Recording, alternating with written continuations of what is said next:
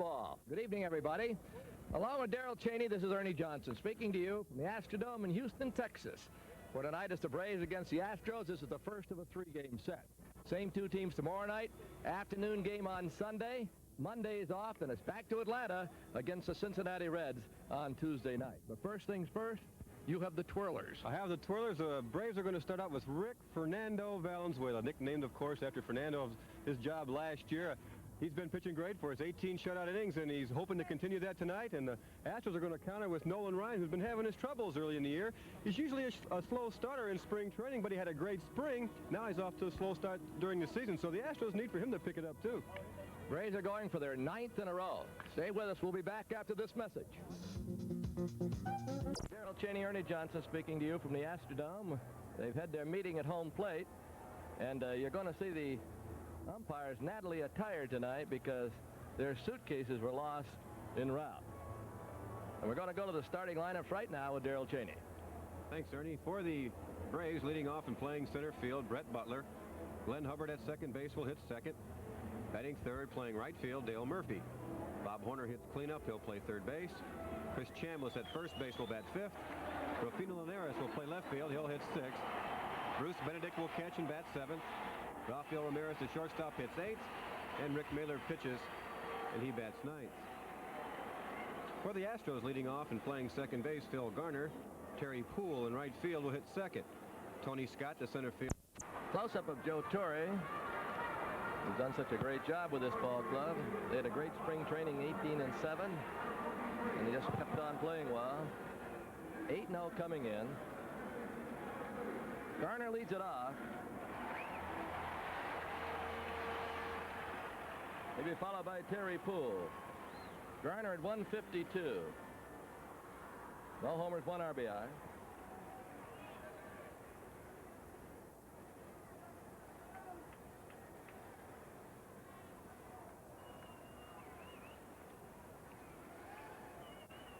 Mailer, born in Austin, living in San Antonio. Pitching high. He's got a flock of friends here and family tonight.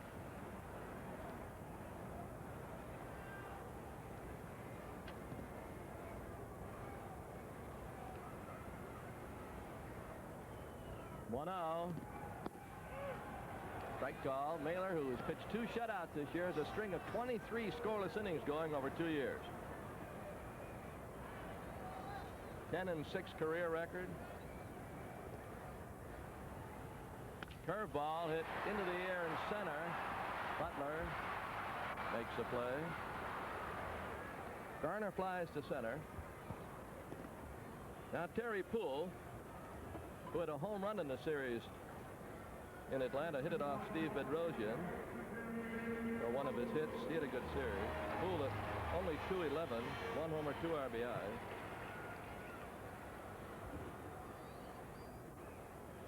He had 4 hits in the series. Knight had 5, but that's understandable. Little pop should be caught by somebody. Hubbard. 2 down. Well, Darrell, you've played in this place, and on a pop-up, you better not take your eyes off the ball. No, you really shouldn't, especially, I think, if you're playing on the side of the diamond, either right field, left field, third or first base, because of the background they have up there is kind of a pie-shaped deal. But you don't have to worry about looking down and running into anything. There's not a whole lot of room to run in once you get into foul territory, and there's no wind to contend with. So basically, you really got to keep your eye on the ball, and you'll be all right. Tony Scott takes a ball low. Mailer with a variety of pitches.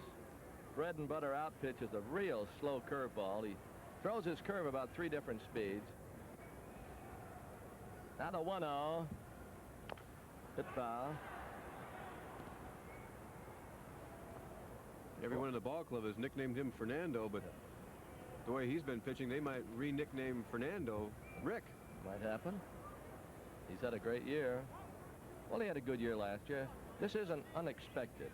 Mailer was 8-6 ERA and 2s last year, so they knew he was, as Ray Shore of the Cincinnati Reds said, you could tell he was coming on last year, and he just continued this year.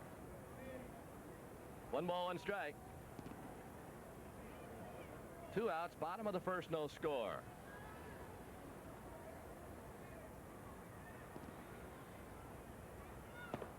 By the way, before we go any further, we're saddened when we heard that Mrs. Cleo Roberts, 101 years old, she's the kind of the grandmother of the Braves, a big fan, passed away. The funeral was this afternoon in Winder, Georgia, and we send our sympathies to her family. Mrs. Cleo Roberts. She used to kid Wayne Minshew and say, "I've been a Braves fan ever since I was 90 years old." 2-2. On the way. Back to the middle. Hubbard. Got him. The tag by Chambliss was good. No argument from Houston. 1, 2, 3, and after one, there's no score from the Astrodome.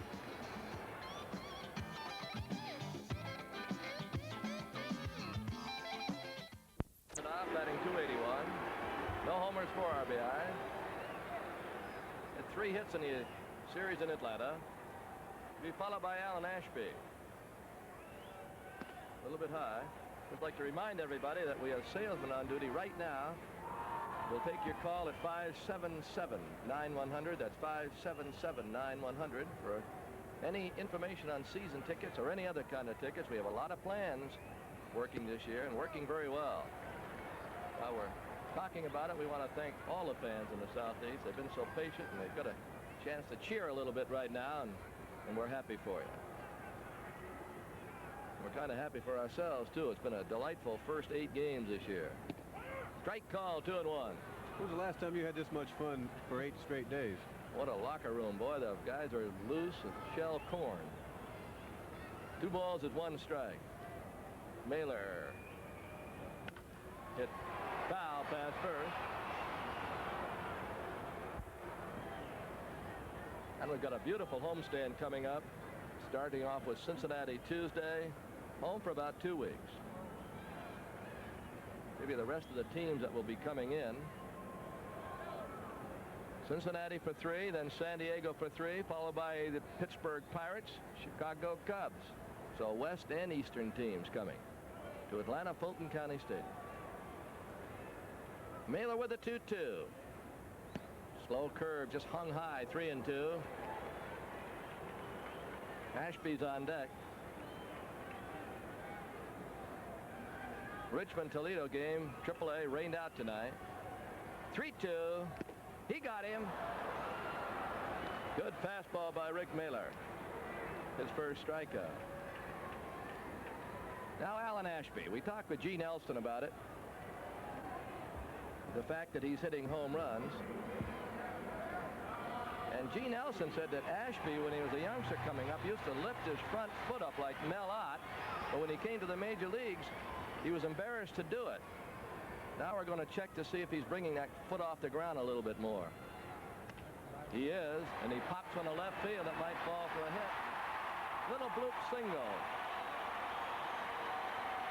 We said that about Ashby because he has been hitting home runs, something he didn't do before, and he said he found a little more power by picking up his front foot and then placing it down a la Mel Ott.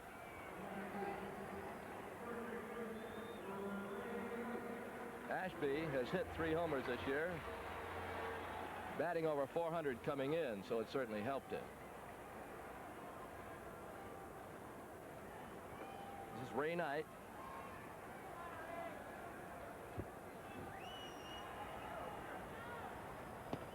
Fastball missing. Knight had 5 hits and 11 trips in the series in Atlanta. For the year, he's at .313, off to a good start. No homers, 1 RBI.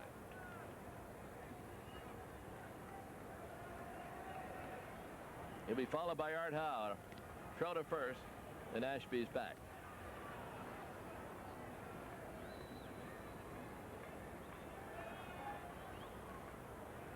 Good shot.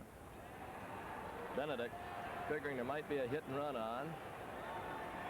Obviously not a straight steal. Ashby doesn't run that well, but Knight handles the bat well. The Astros as a ball club this year only stolen 4 bases. He got rid of one fast man, Cedeno. Hit foul. You can see his fastball going in on these hitters. 1 ball, 2 strikes. Kansas City beat Cleveland 3-1.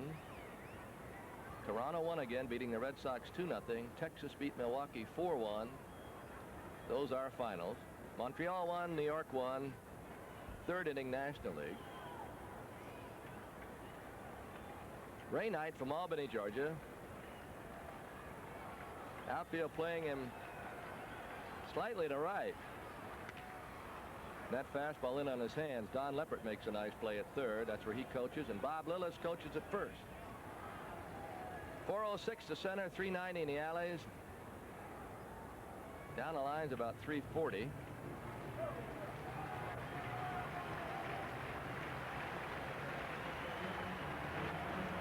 They get with it here now. They just finished taking 2 out of 3 from the Dodgers. Dodgers went to San Diego. Valenzuela was beaten yesterday. He pitched well. It was a shutout. 2-0. Eichelberger beat him. Now the 1-2. Curve. Got him on that slow, tantalizing curveball. Never gets up there.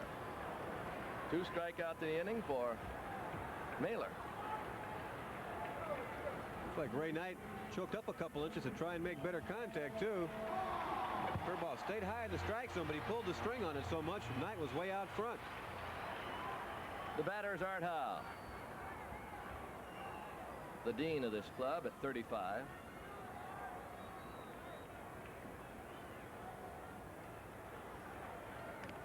Ashby's back.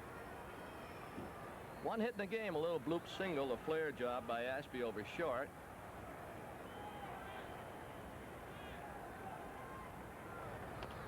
Didn't mean to. That's fouled away.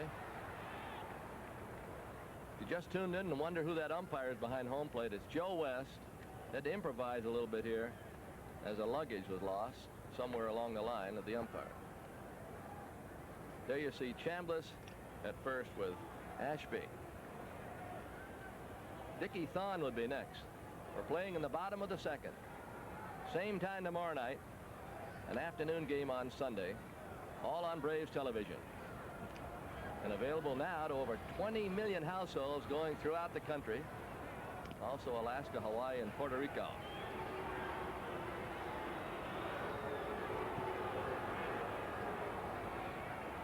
Curveball in there. 0-2.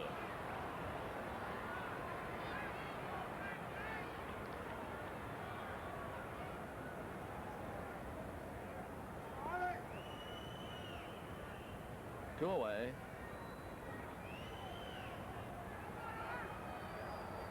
Curve, and he got him. That was even slower than the curve thrown tonight. 3 strikeouts in the inning. A base hit. Ashby left, and after 2, there's no score from Houston.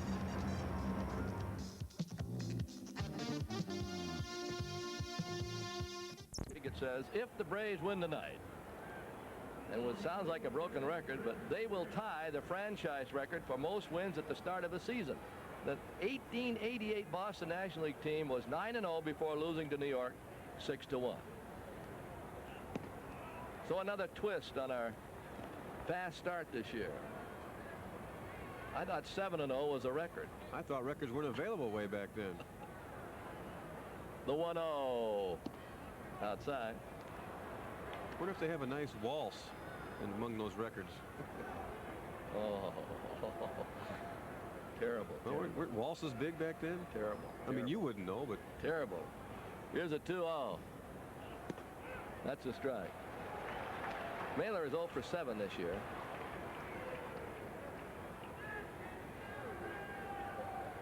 Butler would be next. Each team with 1 hit. To this point, it's just the kind of game we expected. Low scoring. No score right now. Out number 3.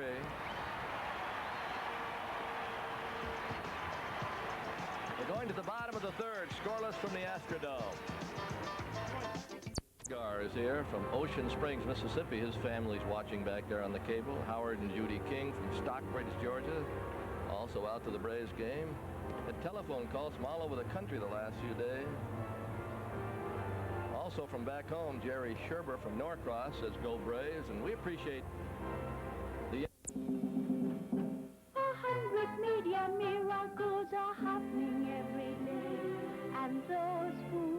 say they don't agree. Although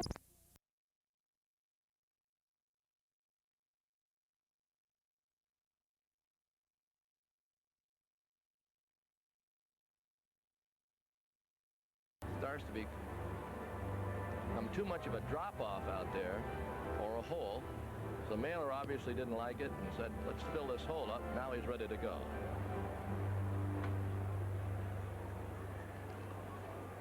I was going to ask you, you know, I have said this many times, Gerald, it's a different game on artificial turf, especially for an infielder. Certain plays you've got to make differently, isn't it? Oh, yeah, you've got to, number one, you've got to be a lot quicker. And number two, the biggest problem that I found playing on this stuff was when I had to stop and plant to make a throw, especially going to the right. And that's true for really any fielder except first baseman. You've really got to instead of sliding, you've got to kind of give a little crow hop and stop and plant your toe. Curve outside to Dickie Thon. And as we mentioned here before, you can't take your eye off of Papa. Thon playing short. Craig Reynolds has had some dizzy spells. He's a regular shortstop, and he's been disabled for a while. Might be an inner ear problem, we've been told. The 1-0. Bounce to short. Raphael. That's one down.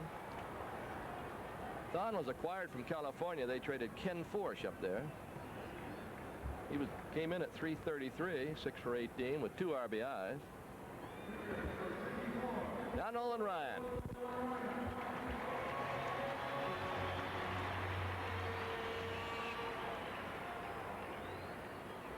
Ryan 0 for 1 this year as a hitter. They're in the 4th inning, 1-1 Montreal and the New York Mets. Back to the middle. Hub. Hubbard's had an outstanding start. Last year he was second to Herr. Tommy Herr led National League second baseman in fielding, but Hub's right after him again this year. Hub kind of felt that he should have been considered more for that honor than Herr, as far as the Golden Glove was concerned, playing on natural surface where Herr plays on the AstroTurf most of the time. Hubbard's had a record. He fielded higher than Frank Bowling, who used to hold that record for Braves second baseman. Here's Garner 0 for 1. Fastball outside. Garner from Jefferson City, Tennessee. Went to the University of Tennessee. Played his college baseball there. The 1-0. Just inside, says Joe West. He really measured that one. 2 balls and no strikes.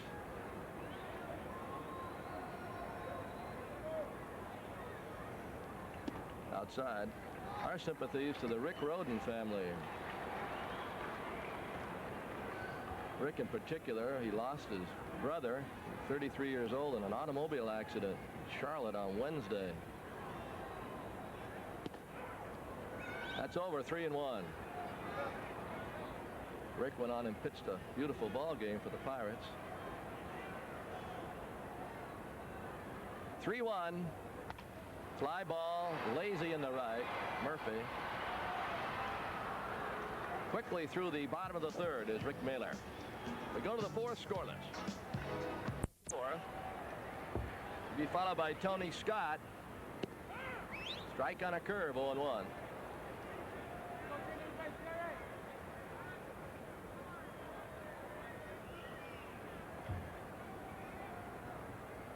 The 0-1. A little bit high, 1 ball, 1 strike.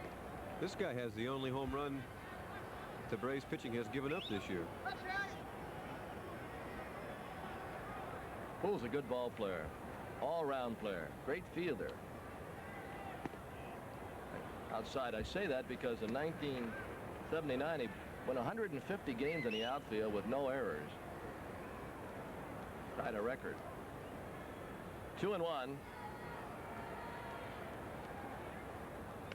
Hit foul. Another thing I want to comment on is in the winning game Wednesday afternoon, with a runner at first in the 9th inning, and Benedict hit that ball between Johnny Bench and the bag. I failed to mention, as we do so often, that late in the game you've got to protect that line. You've got to protect that line. You can't allow a double in between yourself and third if you're the third baseman. 2-2. Pretty well hit left center, but not going to carry. Linares calling. 1 down.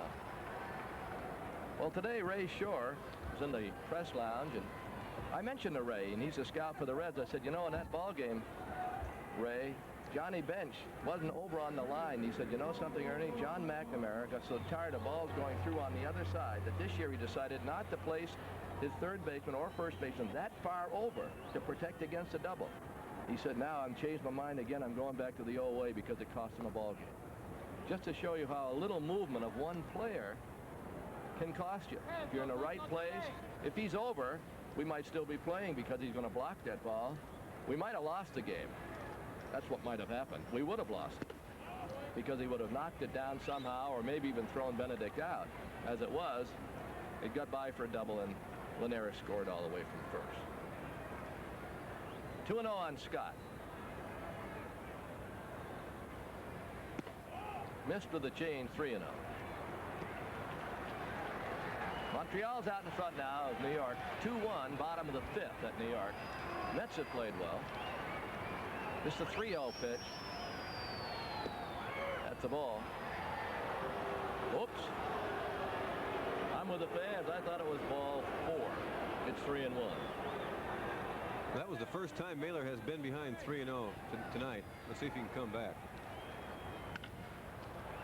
Base hit right. Tony Scott bounces one between first and second.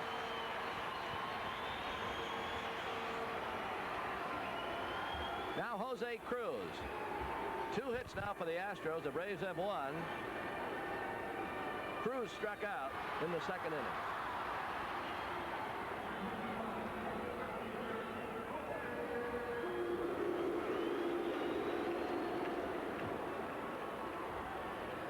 Outfield pulls around to the right. Scott can run. Fast strike, 0-1. He looks across the diamond at Leppert. Scott peering over there. Now the phantom hands urge the fans on. A good crowd. Oh, what a play by Chambliss. He saved Mailer.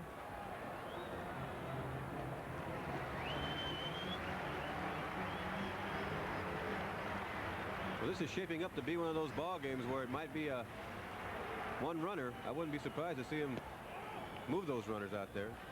Just off the corner, 1 ball, 1 strike. Pirates beat the Cubs today, 7-6. Romo won it. Hernandez lost it, and Bump Wills hit another home run for the Cubs, and Dave Parker hit one for the Pittsburgh Pirates. Rumors of it that the Phillies trying to pry Parker loose from the Pittsburgh Pirates.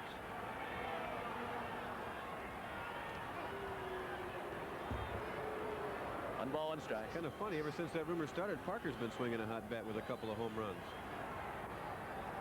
Trade me, trade me. Runner going. Base hit right. First and third. Jose Cruz, who's never been easy for Atlanta. Has just singled to right. So the first real threat of this ball game comes in the bottom of the 4th. Real good play right here, considering all the circumstances. You get the guys in the scoring position like that, you've got your hottest hitter coming up who already has a base hit in tonight's contest, and your best power hitter. Alan Ashby with runners on the corners. Scott's at third and Cruz at first. Ashby blooped the single first time up. Braves back looking for 2.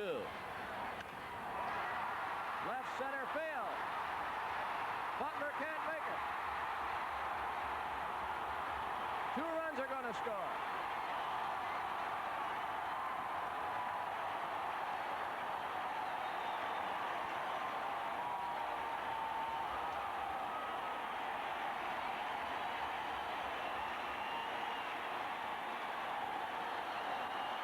Butler was playing Ashby to pull a lot.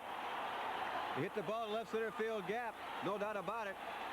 Even if Butler had been playing straight away, that ball's trouble. And the Astros have the lead.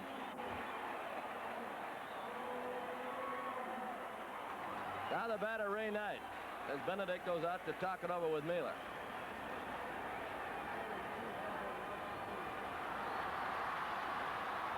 Braves trailing. They trailed in the last 2 games at Cincinnati and came back. Let's see what they can do here tonight. Horner talking it over with Mailer. Knight struck out the first time up. Now they're going to appeal the play. The umpire says no. They were appealing, saying that Cruz or Scott missed third base. John McSherry says no. All of the Braves bullpen thought he missed it. They were standing at the rail yelling at John.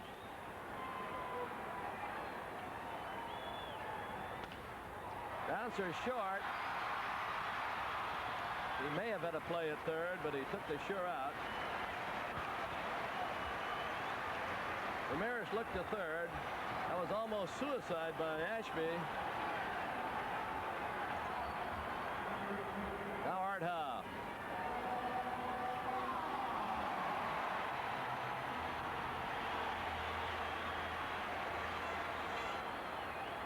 Howe struck out the first time. So 3 left-handed batters have hurt here in the bottom of the 4th inning. Scott, Cruz, and Ashby, all lefties, have base hits.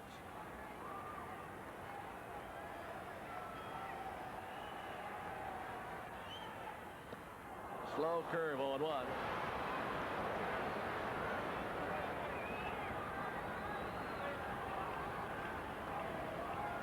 Same time tomorrow night, Joe Niekro against Bob Walk, and Sunday afternoon, Bob Nepper against Joe Cowley.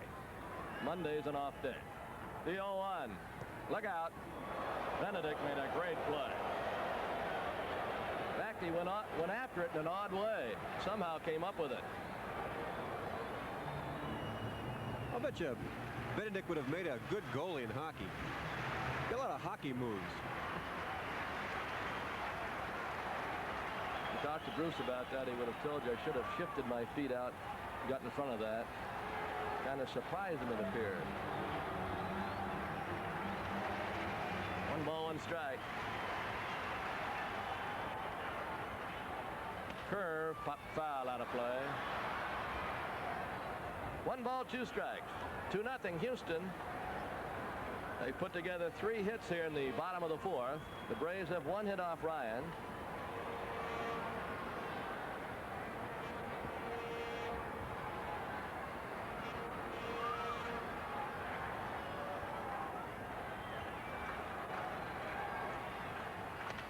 Well hit.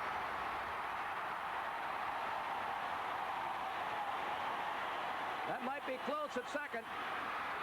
He is out of there. But the run scores. The ball goodbye Ramirez. It was hit like a bullet. It'll go. It'll be a single and an RBI. He's out 8-4. Butler hit Hubbard with a good throw. But the Astros score 3 times. We go to the 5th. 3-0 Houston. Here you see Phil Niekro, due to come off the disabled list in about 5 days. Phil threw yesterday with no pain, took some ground balls, felt good. Then we go to the bottom of the 5th. Astros lead it 3-0. Dickie Thon, Nolan Ryan, and Phil Garner do it for the Astros. Give you an idea of how the Astros have been scoring this year. The last part of their batting order has been hitting .323, combined for 4 home runs and 13 RBIs. But the top of the order, the 1 through 4 hitters, are hitting only .179 with 1 home run and 7 RBIs. Call strike on Dickie Thon, and he's hitting .316. That's one of the reasons why their bottom half has been so productive.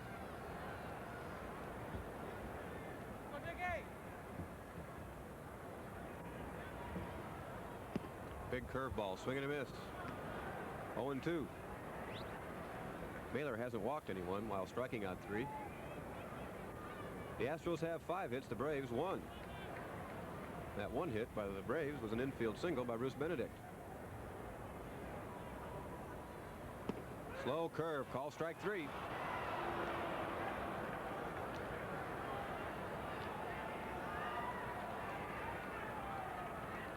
This telecast authorized under broadcasting rights granted by the Atlanta Braves, intended solely for the entertainment of our audience. Any publication, rebroadcast, retransmission, or other use of the pictures, descriptions, or accounts of this game in whole or in part without the express written consent of the Atlanta Braves and the Turner Broadcasting System is prohibited. The announcers for this event are employed by the Turner Broadcasting System. Yes, ladies and gentlemen, that was the voice of the Professor Pete Van Wieren. With us now on the Superstation. Nolan Ryan is 0 for 1, a ground out to Hubbard at second base.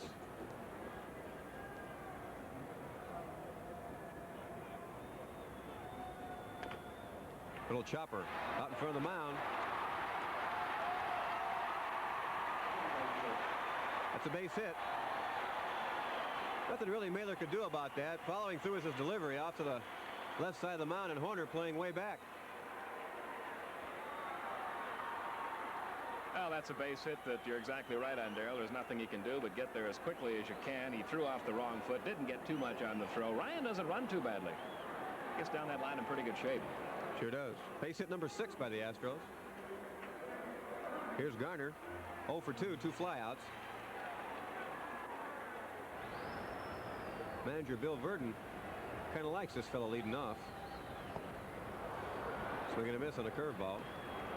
He was having a rough time hitting out of the second slot. Matter of fact, the second and third place hitters for the Astros going into this ball game were hitting only 125.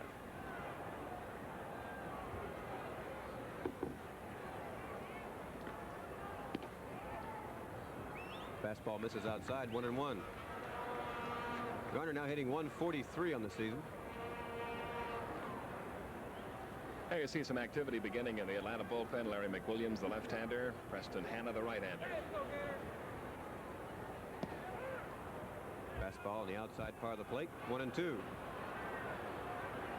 Terry Poole on deck.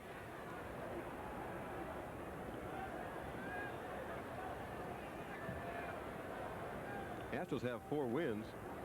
In those 4 wins, they've only scored 8 runs. This one fouled away. The most runs the Astros have scored this year in a ball game was 6, and that was done against the Braves.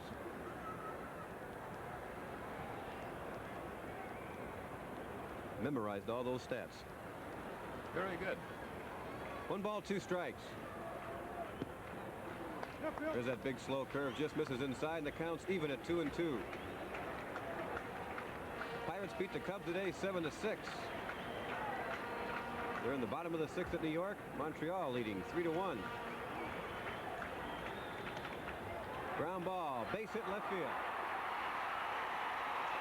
Ryan's going to stop at second base.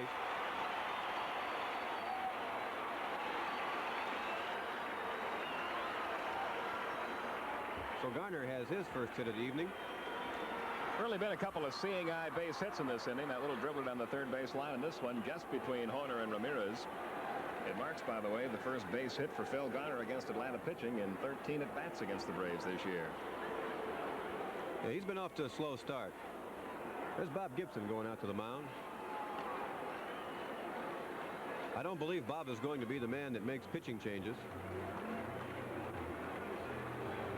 Well, we have a minute here. Want to say hello to former Brave, good friend of ours, Rod Gilbreth, and all the people down in Laurel, Mississippi, put on the Rod Gilbreth Baseball Clinic. Snerd Wooten, good old Mississippi name right there. Squeaky Parker, scouts for the Phillies. Squeaky lives in Greenville, Mississippi. Good bunch of folks, a very successful clinic. Here's Terry Poole. 0 for 2. Curveball misses. 1 ball, no strikes. There's 1 down. Nolan Ryan's at second base. Phil Garner's at first. Baylor trying to pitch out of a jam.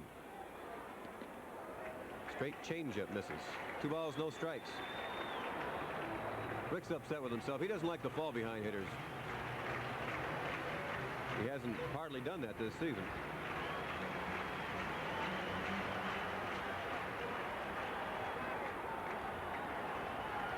Terry Poole now hitting 200 on the year.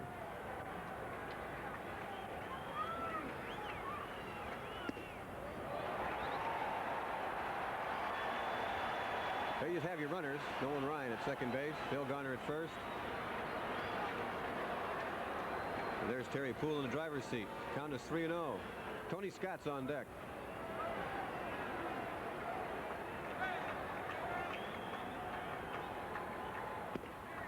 He walked him.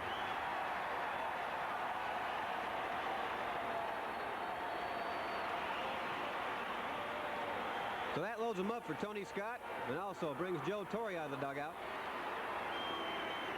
which means there will be a pitching change. Both Hanna and McWilliams are ready.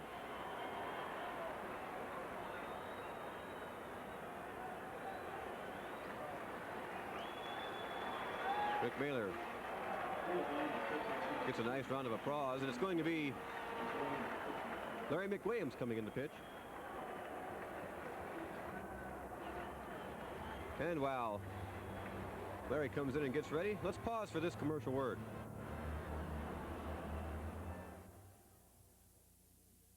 You caught all the fish last. It's a good life for anyone who works hard, plays hard, doesn't take anything for granted. Well, I thought I'd give you guys 3 runs, all earned. Struck out 3, and he's walked 1.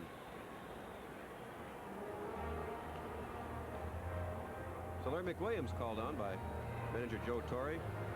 The line on Rick Mailer, pitched 4 in the 3rd. Allowed 7 hits, struck out 4, walked 1. And to this point, allowed 3 runs. The 3 runners that are on base are Mailer's responsibility.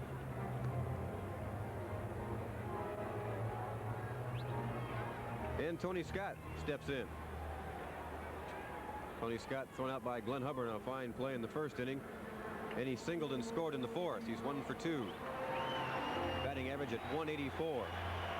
Going to hit from the right side. I'm guessing he's kind of happy to be hitting right-handed right now. He was hitting, going into the ball game, 042 from the left side.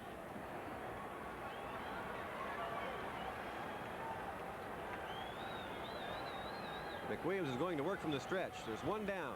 Bottom of the 5th. Astros lead it 3-0.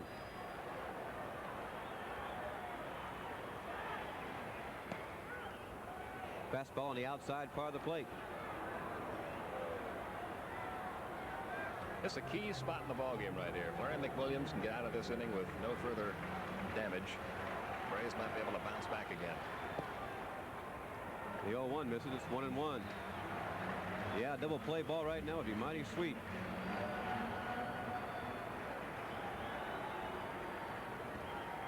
He doesn't get it. Jose Cruz is next. Pops him up. Back this way, out of play. 1 ball, 2 strikes.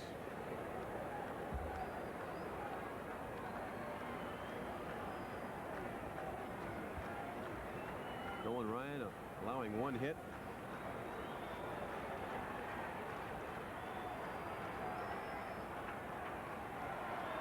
The 1-2. Fastball misses. 2 balls, 2 strikes.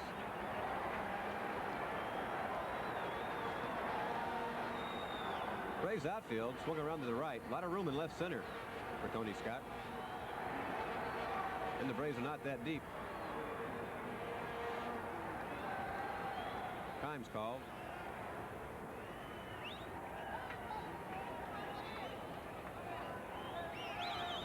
Joe West in his new attire. Think the league will adopt those things? No.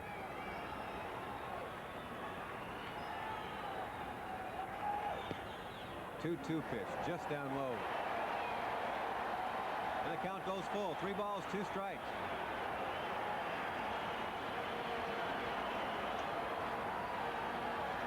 There you have a look at the defense. Big gap in left center. Infield at double play depth. Swing and a miss. Struck him out. Big strikeout by Larry McWilliams, his first.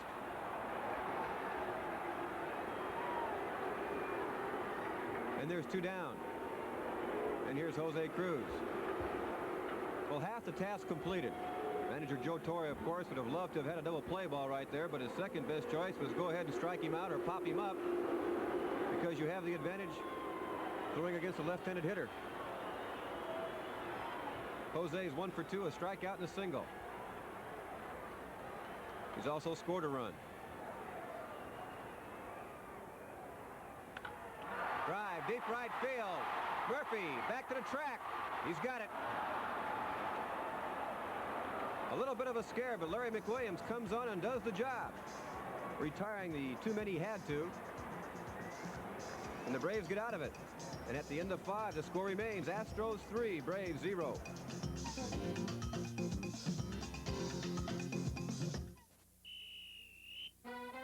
But just stopping that one by Ashby, and he knew he had no chance then to get Butler, so he wisely held on. 1 ball, no strikes. Curveball misses, 2-0.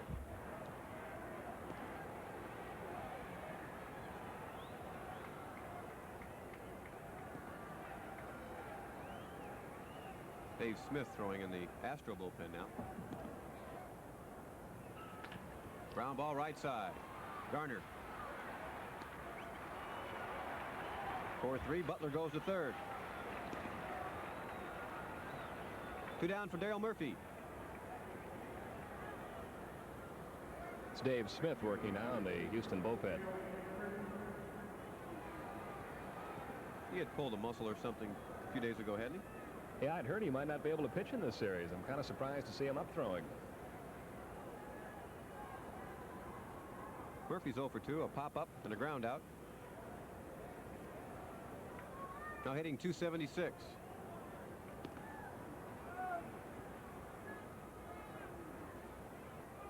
That one gets away, but not far enough. 1 ball, no strikes. Dale Murphy has 10 RBIs on the season.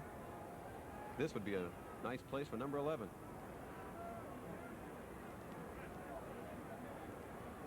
The Mets have come back to tie the Expos. They're in the top of the 7th, all tied at 3 apiece. Gullickson still pitching for Montreal.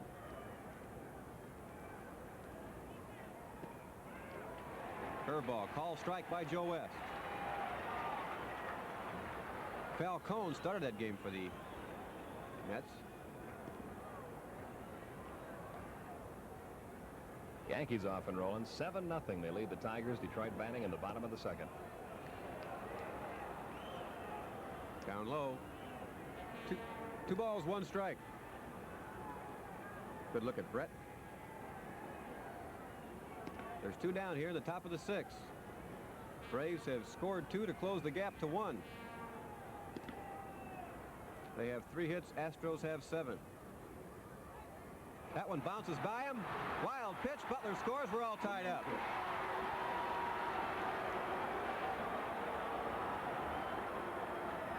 A curveball that got away. Look at that Braves dugout. Simply do not believe they're going to lose a game. They believe something's going to happen to help them win, and there it was. The wild pitch from Nolan Ryan. I think what I'm impressed about more than anything else so far this young season is the way the Braves have taken advantage of the other team's mistakes. Something they haven't done in the past. 3-1's the count. He walked him.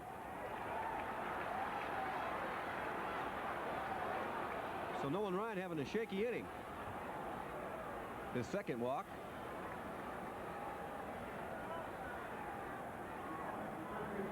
And here's Bob Horner. Bob's 0 for 2. Caught looking in the 2nd. Ground out to 3rd in the 5th. Billy Williams calls time. Ball got away from the Astro bullpen.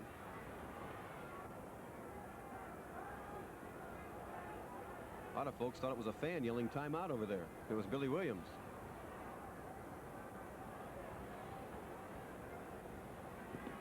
We're all ready. Shot, fair ball down the 3rd baseline. Murphy round 2nd base. Ball kicks away from Cruz. Here comes Murphy being waved on by Maxville. He's going to score. Horner with a double. And the breaks keep coming for the Braves.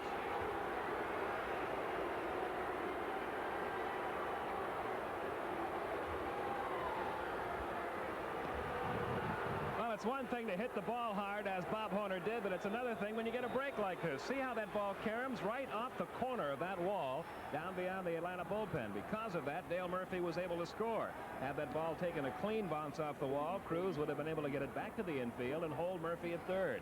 Braves lead it 4-3. RBI number 5 for Bob Horner. And Nolan Ryan's going to be lifted here. Issued 2 walks this inning, and both of those walks have been plated.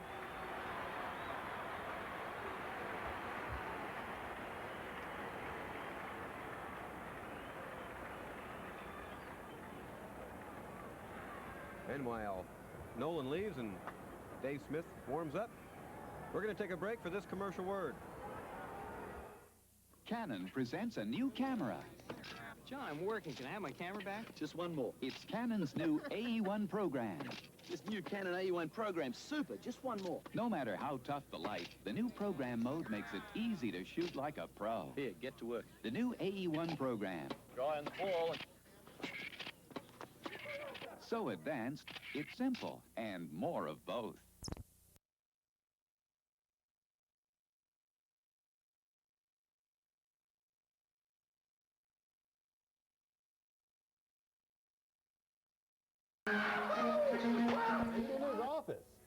I'm totally disorganized, Gene, but I'll get my act together in the next 2 minutes, promise. All right. Astrodome yesterday, the Atlanta Braves going for a record 11 consecutive victories, right? They did it, 11 in a row, and I want to show you a little video to show you how they did it. Braves sweeping Houston Friday night. Bob Horner, big hit left field, line drive misplayed. Jose Cruz, 2-run score, Braves win. Saturday night, Horner off of Necro. Boom, left field, RBI. Big relief help, Gene Garber in relief, Braves win 2-1. Sunday, pinch hitter Biff Pocoroba, 8th inning, broke the 4-4 tie, 2-run double, and he got some help, relief help, Rick Camp out of the pen. The Braves over the Astros 6-5. Can you believe it? When the Braves returned to Atlanta, 3,000 fans greeted them at the airport. You'd have thought the Braves had won the series. Super feeling. You know, we worked very hard, and it's just nice to see the fans receive us like this. You know, what can you say? Every time we needed something to happen, it happened, and that's why we're 11-0. Hey, folks, my pick for Atlanta MVP the past 2 weeks, pitcher Rick Mailer, Major League Player of the Week, 2-0 record, 2 shutouts, tied up San Diego. Houston couldn't hit off of him in Atlanta. Rick Mailer, the key figure on the Atlanta Braves, and lo and behold, Rick Mailer is right here by the magic of television. Rick, you were in Houston. You're here in San Antonio because your family's here, right? Right. I stopped off today. We had a day off, and I came down to see my family. My wife's with me on the road trip, and we're having a good time right here. Are you on cloud 9 or what? Absolutely. I think we've got 25 guys who are just excited as they can be, and we're looking forward to every game. We go out there and believe that we can win every game. You know, this is a team that has been 4th, 5th, 6th for years now. 11-0. I mean, is it believable? Can we believe you're that kind of a team, or you're winning games that you shouldn't be winning? Give us I feel like we've got a good team. Spring training, we proved in spring training we can win, and right now every game we play, we just get more confidence. And I think the biggest thing right now is that we're confident. It's a team effort. Everybody's pitching in, and everybody believes we can win. You have had no free ride. Coming out of Trinity, I mean, you didn't just go right up to the majors, right? I mean, you had to play some minor league ball. I spent a lot of time in the minor leagues. I played, as a matter of fact, about 7 years in the minor leagues. I spent 4 years in Richmond, and I went all the way up the ladder. I started out in Kingsport, Tennessee, went up to Greenwood, there was South Carolina, and all sweet hit out right there, by the way. Oh, absolutely. That was a great feeling. That out, by the way, was in his first game. He pitched a 2-hit shutout, and you've since then had another shutout. Now, you guys aren't the only streakers. White Sox, 8 in a row. Cardinals, 8 in a row. Sox are 8-0. Absolutely, they're a good team. You have to be a good team to win 8 in a row, but a lot of times you've got to get the breaks, and things have to go your way, and a lot of luck is involved. Well, definitely you have to be a good team. I got an example. Roll this tape on the Sox. You talk about breaks, you got to have the breaks. More proof. Should be a double play here. Throw to second, way off. Eddie Murray got to run it down. Murray's got a problem. What's the problem? Where's the ball? Where is the ball? He couldn't find it. The Sox went on to win their game. Let's go to our Major League scoreboard. Now, Rick, you were the last one to see the Astros score. What was that again? Los Angeles 3, Houston 1. Mike Scioscia home run, the bottom of the second. All right, now it's in the third. Philly beat Montreal 2-0. San Diego over San Francisco in the fifth. And in the American League tonight, and today actually, this is a day game. Toronto 5, Boston 4. Detroit beat Kansas City 5-2. Minnesota, Oakland, no score in the second. California, Seattle, no score in the first. Let's talk running real quick. I know you pitchers like to run 6-7 miles a day every morning, right? No? No. No? You're not that finely tuned athlete? Not a chance. Not a chance. Boston Marathon, quickly go to the tape, and let me give you an idea as to what went on in the Boston Marathon today. 86th running, Alberto Salazar, Dick Beardsley, Texan John Lodwick, and Bill Rogers in the pack.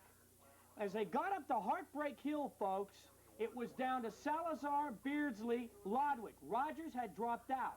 And in the end, folks, Salazar and Beardsley were all that were left. Salazar, 30 yards to go, checks behind him. Salazar, 2 hours, 8 minutes, and 51 seconds, and he wins the Boston Marathon. Charlotte Teskey out of West Germany was the winner in the ladies division. And good luck to you. You pitch Wednesday, Rick, right? Absolutely. Good luck Wednesday to you. night, Cincinnati. Wednesday night against Cincinnati, and they go for the record-breaking win tomorrow in Atlanta. Back to you, Gene. Okay, Joe, you really need to clean off your desk. I guess you know that. We just got a report, a bulletin in, actually. Baseball-sized. Murphy going back. Butler going back at the wall. They did it! The Atlanta Braves have done it! There'll be no commercial for a moment. Look at the mob scene. The police can't control the crowd. Get your batting helmets on and get out of there, boys. The Atlanta Braves have set a new Major League record.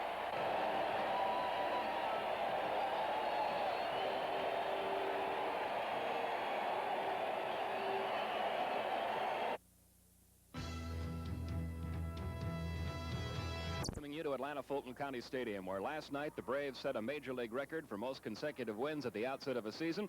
And Darrell Cheney with the record behind the Braves now. The question now becomes just how long will this streak continue for a team that's really becoming known as America's team? Well, I think the way they've been playing, if they continue that, it doesn't matter how much pressure's put on them, if there's any people in the stands or not. I just think the fact that they're playing good baseball right now and capitalizing on the other club's mistakes. An error, a wild pitch, the Braves score 1, maybe 2 runs, and they're playing good, sound defense and getting timely hitting. Last night only 5 base hits, and every one of them counted. So if they keep continuing that, this streak's going to go on forever. Looks like a pretty good pitching battle tonight. Rick Mailer will go for the Braves, Mario Soto for Cincinnati. We'll have the starting lineups for you right after this.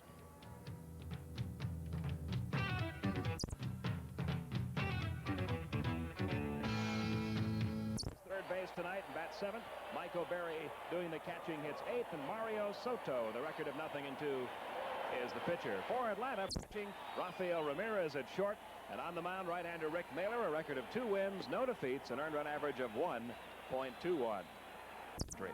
I'm sure it has. I have some friends. My hometown's close to Chicago. I had some friends call me today and said, well, since the White Sox finally dropped one of their ball games, we're going to jump on the Braves bandwagon. So I think it's spread throughout the country, and of course, thanks to the cable, that's so. But more or less, I guess, just because the ball club's been playing like they have and taking advantage of everything and scoring runs and getting good base hits and timely hitting and great pitching. And if not one guy one night, it's a different guy the next. And it's just unbelievable so far. And I'm really amazed at this. This is really a lot of fun. And the people in the city of Atlanta and the surrounding area don't have to be told this, but for those of you watching from outside the Atlanta area on the cable, you could not believe what has happened to this town since the Braves have gotten off to the start they have. That is all you see and all you hear, no matter where in this town you go. Eddie Milner leads it off for Cincinnati against Rick Mailer. Milner had 4 hits in last night's game. He may just be winning himself a spot in that everyday lineup. Now 6 for 12 for the year. No homers, 1 RBI. In fact, there isn't a starter in the Cincinnati lineup tonight who has hit a home run. We'll talk more about that later. Rick Mailer's first pitch on the way. Misses high, ball 1. Darrell, noticeable absences from the Red starting lineup tonight. Johnny Bench and Cesar Cedeno. Both of them apparently having shoulder problems.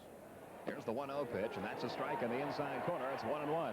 So Daniel hurt his left shoulder, I believe, in spring training, sliding head first into second base. I don't know how Bench hurt his arm, but apparently it's his throwing arm. Now the 1-1 coming, fouled off, and the count goes to 1-2. Braves with their 12-0 record are 4 games ahead of the San Diego Padres, 7 ahead of the Giants, 7.5 up on Los Angeles, 8 full games ahead of Houston, and 9 games in front of these Cincinnati Reds, who have won just 3 and lost 9 so far this season. Here's the 1-2 to Milner. That's the off-speed curve, and it just missed inside. 2-2.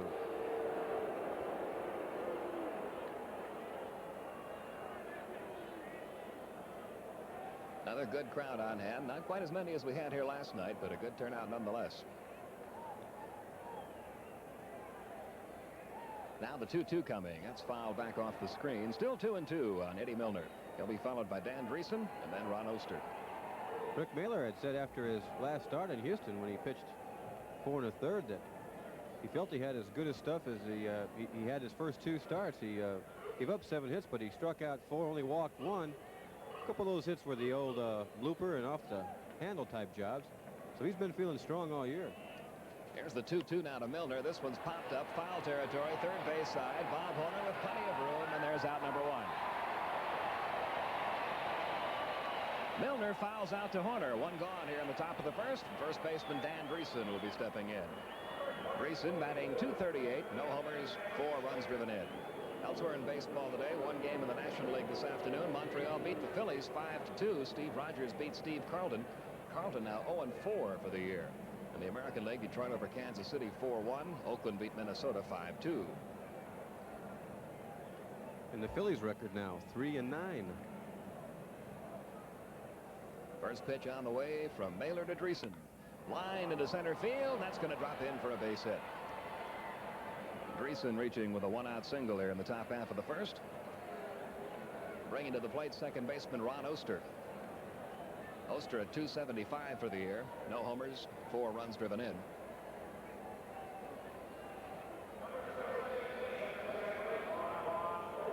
This guy has hit in almost every position in the lineup since the season started. They almost seem to be doing with him what they did with Dave Concepcion.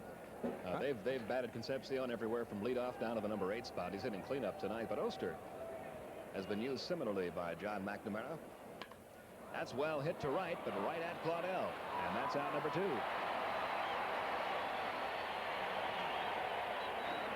2 down, top of the first. Dreesen holding at first, and Dave Concepcion will be the batter.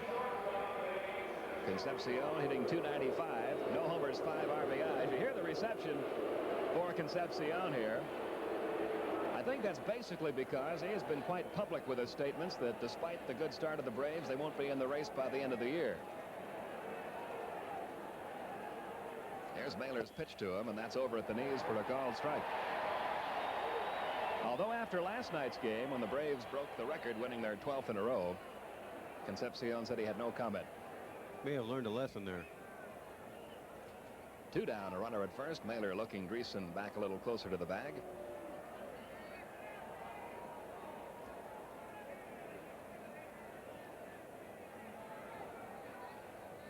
A throw over to first by Mailer. Close play over there.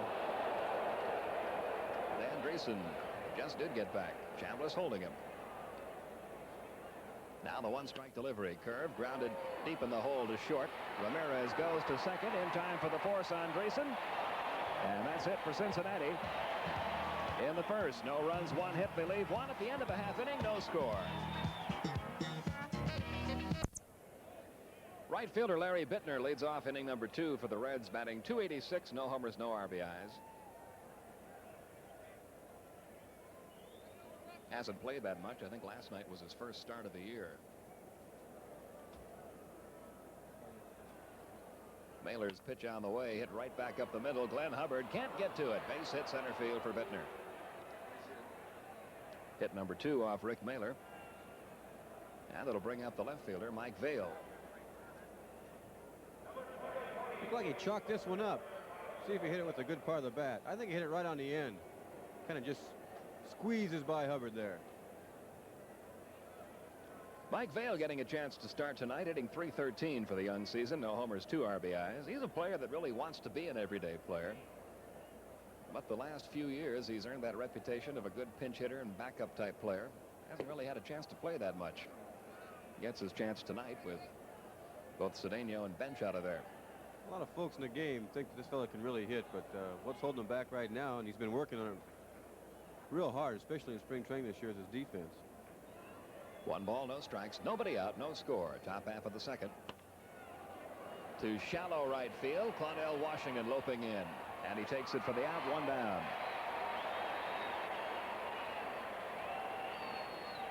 Holding at first, Larry Bittner, and the batter will be third baseman Wayne Krenchicki.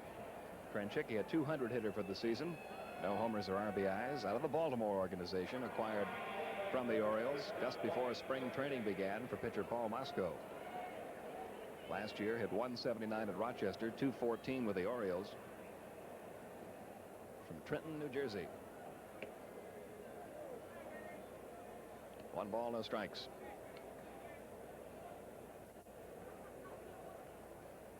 One man out, Bittner at first.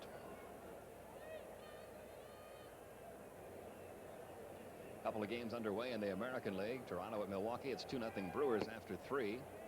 Baltimore at Boston. 6-2 Boston after 5. Those Orioles off to a slow start. St. Louis at Pittsburgh. No score at the end of the top of the first. And Chicago got 2 in the first at Shea Stadium against the Mets. Mets now batting.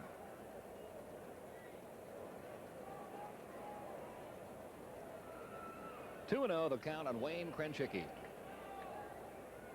Here's the 2-0 offering. Hit sharply by Hubbard into right field. Base hit. Bittner will take the turn at second and hold there.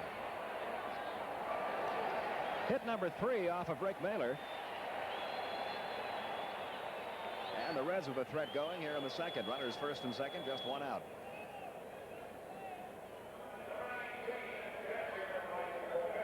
The catcher, Mike O'Berry, will be the batter, hitting .217. No homers, 3 RBIs. This is where you really, I think, see a difference in the Cincinnati offense. Not only are the good hitters at the top of that order gone, the Fosters, the Griffeys, the Collins, people like that, but they used to get to the bottom third of the order, and there'd be Ray Knights, even Dave Concepcion hitting the number 8 spot on occasion. But they don't have that solid offense from top to bottom like they used to.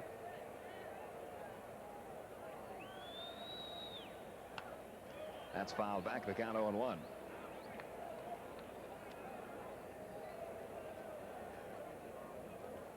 They have been stranding some base runners this year. The Reds have left 102 men on base in 12 games. That's better than 8 men left on per game. And to show you the difference in the ball club on the field that's in last place, the Reds, and the one on top, the Braves. Braves have only left 84 on. First and second with 1 out. We await the 1-strike pitch from Mailer to O'Berry. Hit down the right side. That's going to be foul. And the count 0-2 on Mike O'Berry.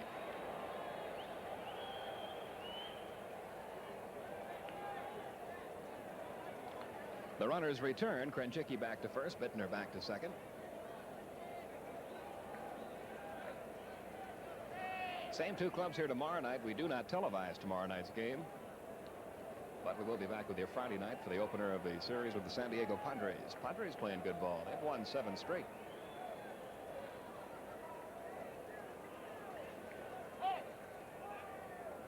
Time called. Well, I'll tell you, I'm off tomorrow night, but I'm going to be here watching because I haven't seen any club play like this since I've been involved in baseball.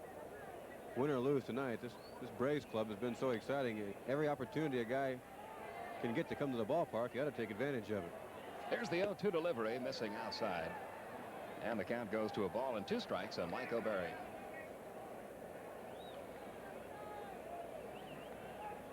You're right, Darrell. It's not only been very good baseball as you look at your base runners, Krenchicki and Bittner. It's been very exciting baseball. Braves have had to bounce back and come from behind in several of their wins. This will be out of play. Count 1-2.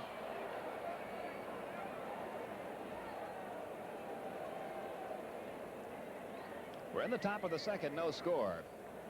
Atlanta trying for an incredible 13th consecutive win to start the season.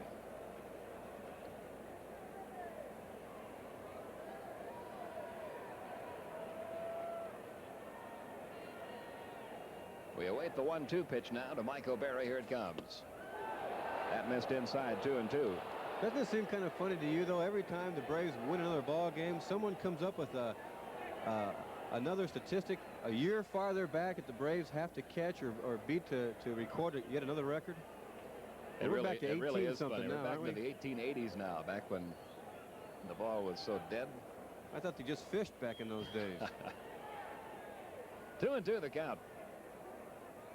There's the 2-2 pitch, fouled back again. It remains 2-2. What we're talking about, baseball records have been kept since professional baseball began back in 1871. 1876 was the first year of the National League. But they call the modern era 1900 odd, anything beyond 1900. Records kept before the 1900 year are still in the books, but they're called back in the beginning era of baseball. There's the 2-2, struck him out with a fastball. Rick Mailer records his first strikeout. That's out number 2 here in the top of the second, and it'll bring up the pitcher Mario Soto. Soto, pretty good hitter, batting .250 for the year. No homers or RBIs. And there is a team, the New York National League team in 1884, that won 12 straight, just as the Braves had. I don't remember too much about them. I don't think too many folks do. This guy's a good hitter. He bats with 2 outs. Runners at first and second. No score. We're in the top half of inning 2. As I say that, we flashed the .099 lifetime, but he swings the bat well. Mailer's first pitch on the way, fouled off at the plate. Count 0-1.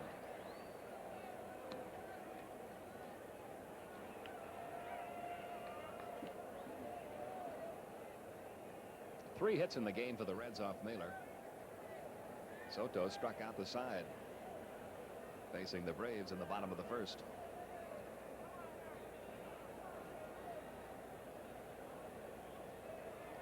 Now the 1-strike delivery. There you got a great example of that off-speed breaking ball thrown with good motion, and how you can be so far out in front of a hitter when you can pitch that way. Soto shouldn't feel bad about that. There's a lot of hitters in the league that are hitting 400 yet right now that haven't been able to touch that thing. 0-2 the count. Now the 0-2 pitch. Bouncing ball back to Mailer. He knocks it down. He'll recover. Throw on to first, and the inning's over. 2 more Cincinnati hits are wasted. They strand 2 more base runners, and at the end of an inning and a half, we are still scoreless in Atlanta.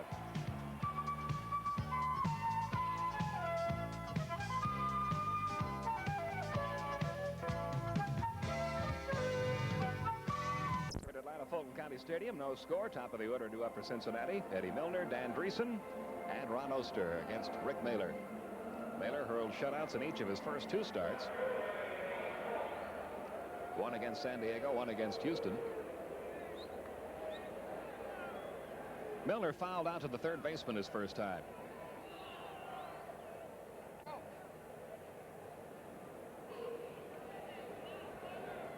We're waiting for Chris Chambliss to adjust a shoe down at first base. And now we're set to begin the third.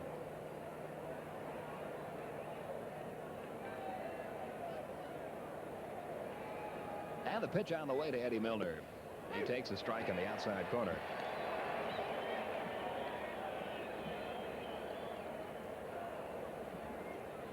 Outfield. Straight away and left and right, shaded a little toward left center by Brett Butler. 1 ball, 1 strike on Ed Milner. Good looking young player for the Reds.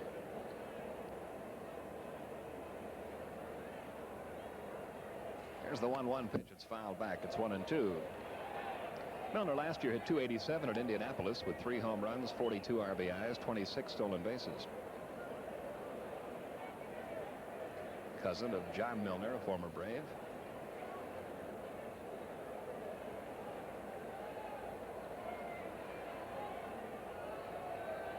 There's the 1-2 pitch. Line drive, left field, base hit. Well, that's not the first time we've seen Milner do that. He reminds me a lot of Brett Butler the way he hits. Uses the whole field. Hit number 4 off Mailer, and it'll bring up first baseman Dan Dreesen, who lined a single to center his first time. I'll tell you one thing, he's going to get some more playing time after the offensive show he's put on here so far this series.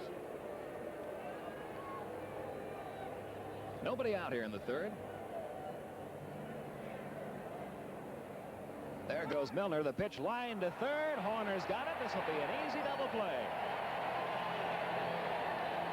And there wasn't anything Eddie Milner could have done about it. He was off and running on the pitch, and Dreesen hit it right at Bob Horner. Well, Miller's got the old Allen ball going. Makes a good pitch here, but Dreesen swings the bat real well, going the opposite way. Look at that reach. Right at Horner, a cakewalk double play.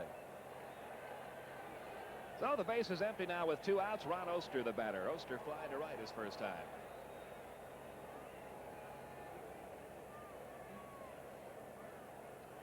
Rick Mailer delivers. High and away, ball 1. Pirates have taken a 1-0 lead over St. Louis. That's at the end of 2 in Pittsburgh. Later on tonight, Houston at Los Angeles, San Francisco at San Diego. 1 ball, 1 strike.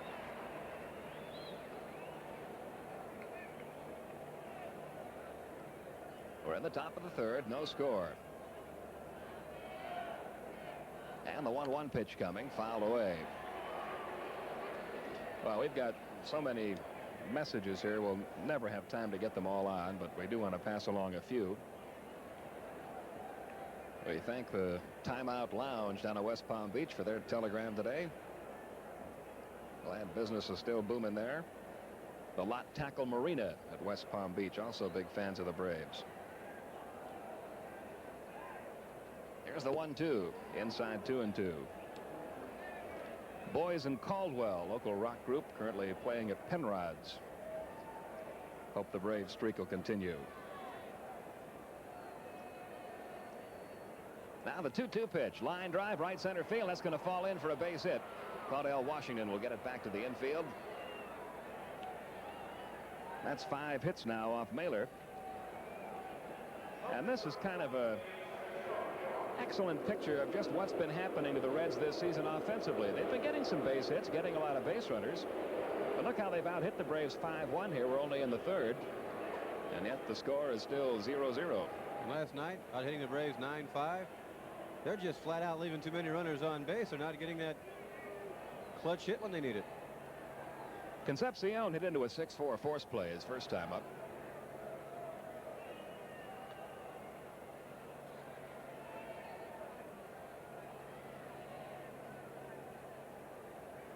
Two men out. Again, the throw to first.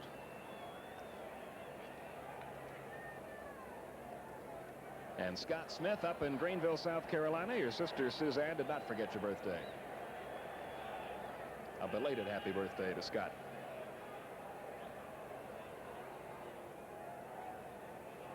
Still no count on Dave Concepcion. Mailer has been concerned with a runner at first. Ron Oster.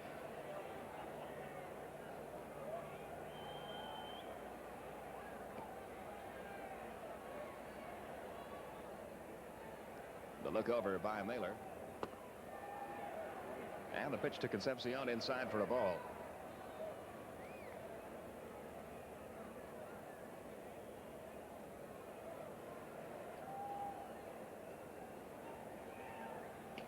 Again, Oster back safely.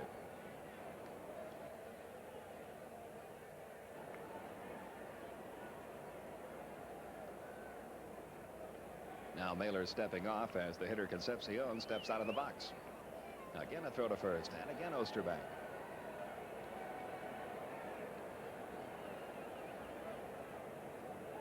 Now the 1-0 pitch on the way, and that's over at the knees for a strike, evening the count on Concepcion. 1 ball, 1 strike.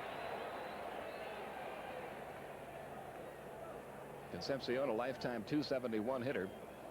Last year had his best average ever for one season with Cincinnati, .306. 2-1.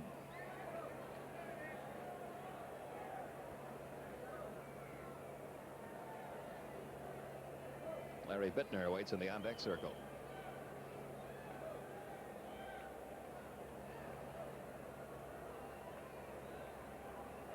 Here's the look over by Mailer, and the 2-1 on the way. That changeup missed a little high, ball 3. 3-1 the count now on Dave Concepcion.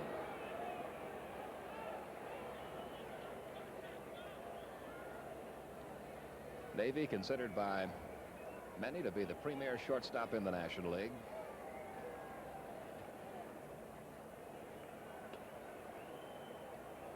He'll get some arguments from fans of Ozzie Smith, fans of Gary Templeton, fans of Larry Boa, but day in, day out, all facets of the game, this guy can play. Full count in Concepcion, 3-2.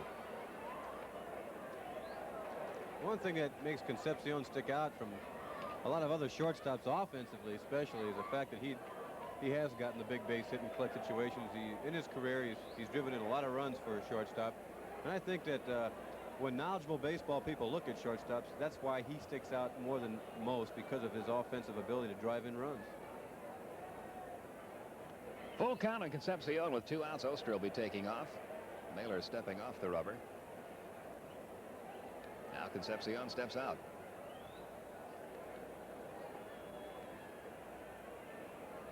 There you see Oster getting his lead. There he goes. The pitch on the way to Concepcion, misses low and outside. And there's the first walk of the game, issued by Rick Mailer. It puts Reds runners on at first and second with 2 outs. It brings up the right fielder Larry Bittner. Bittner had a base hit his first time up.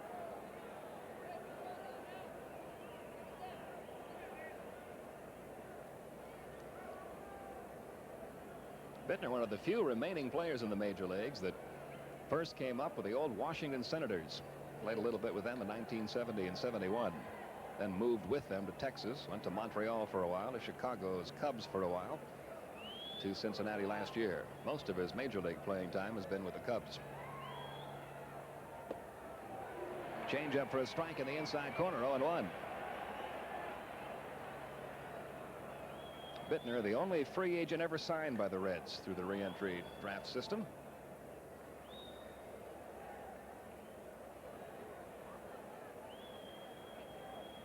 There's the 1-strike pitch. 1-1. What happened on that pitch, Darrell? That off-speed breaking ball looked like it just slipped out of his hand or something. Yeah, once in a while, I guess it'll do that. You try to get too much spin on it, and pull it down real quickly, and it'll slide off a little bit. That's a guess by me, because being the type of hitter I was, couldn't figure it out half the time anyway.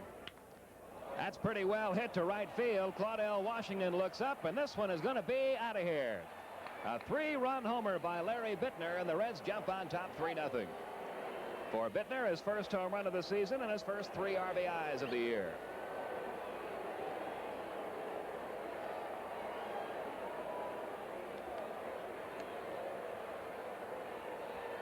Bittner shows us a little Ashby-type swing here. Picks that front foot up, get a little more power. He takes that fastball and gives it a ride. So the Reds jump on top 3-0. Mike Vail will be the batter. Vail flying to right his first time. Mailer's pitch to him is taken high, ball 1.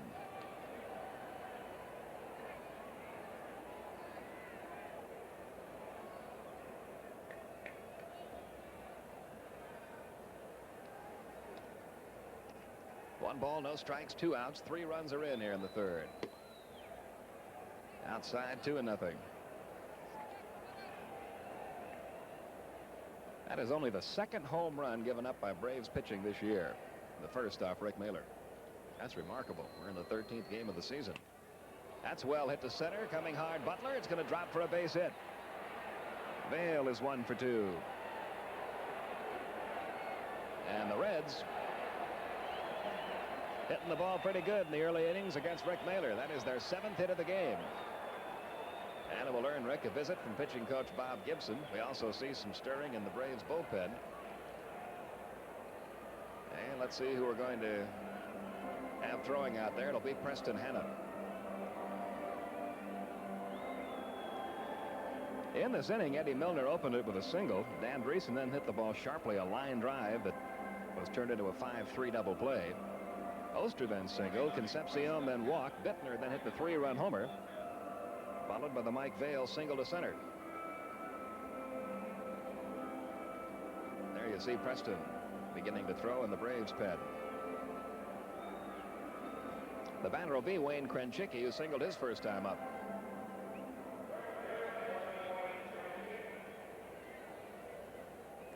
Bob Gibson does a good job of walking to and from the mound when he wants to give his bullpen pitcher time to warm up. Very, very slow.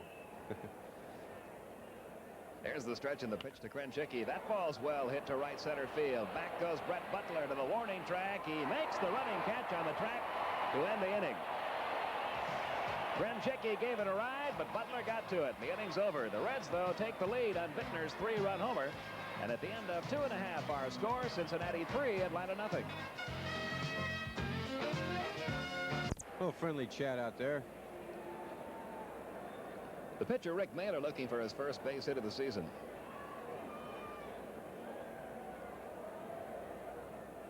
Baltimore coming back. Boston 6, the Orioles 5 now at the end of 7 at Fenway. That's back out of play. The count 0-1. What's Baltimore lost? 7 straight? 7 straight, right? Something that hasn't happened very often to an Earl Weaver team. Here's the 1-strike pitch. On the outside corner, and the count 0-2. Soto struck out the first 5 men he faced in this game. Then gave up a base hit to Chambliss before retiring Benedict in a ground ball. Ramirez and an infield pop. Again out of play. Count remains 0-2.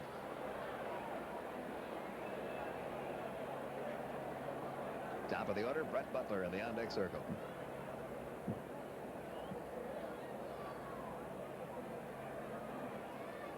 Now the 0-2 pitch coming. Strike 3 call. Mailer knew it. Strikeout number 6 for Soto. Out number 2. Here in the bottom of the 3rd.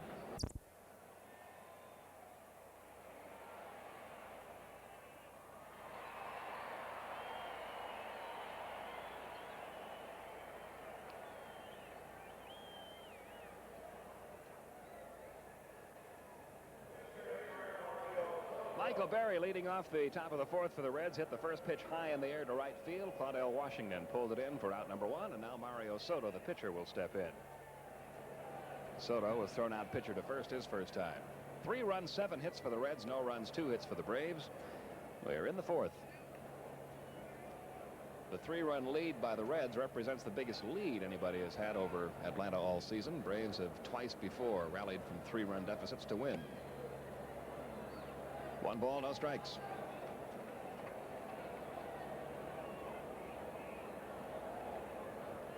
One out, bases empty.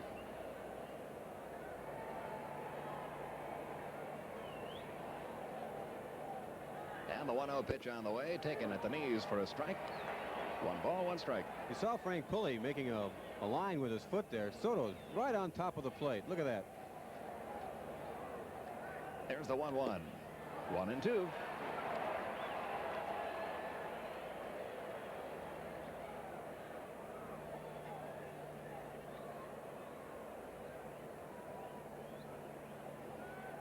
Soto smiling about something said to him, probably by Frank Pulley, the umpire. There's the 1-2. The curve got him looking. Strikeout number 2 for Rick Mailer. Out number 2 here in the top half of the 4th. Right on top of the plate. He'll back away from this big bender right here. After that, he has no chance. 2 down, base is empty. We'll go back to the top of the order, and center fielder Eddie Milner will take a little time getting to the plate to give Soto a chance to get back into the dugout. Now Milner heads back toward the Cincinnati dugout himself.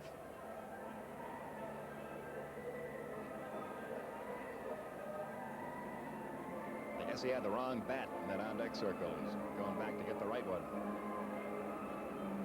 I wonder if Soto may have used his bat and he took that back to the bat rack. Got to have your own bat. There comes Milner, 1 for 2 on the night. He's fouled out and singled. We talked a little last night about this being one spot that the Cincinnati Reds really trying to fill this year, finding a leadoff hitter to take the place of Dave Collins, who fulfilled that role for so many years for the Reds.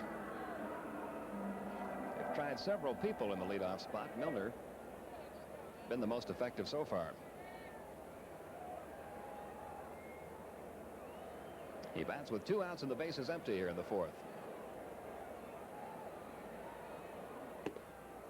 Mailer missing high with the first pitch, a fastball. 1 ball, no strikes. Although Paul Householder's not playing tonight, I think the Reds will get something out of that young man. He's got a lot of talent. There's the 1-0. Little pop into shallow left center field. Dale Murphy waiting out there and takes it. And there's the first 1-2-3 inning of the night for Rick Mailer. Nothing across for Cincinnati. We go to the bottom of the 4th. It's still Reds 3, Braves nothing. Thank you, Pete. Rick Mailer winding to Danny Dreesen. Ground ball, Hubbard. 1 up, 1 down. Dreesen was 1 for 2 before that plate appearance. A single and a line drive to Horner turned into a double play. We go to Ronnie Oster. He's 1 for 2, a run scored. Base hit in the 3rd. He also lined out to right his first time up.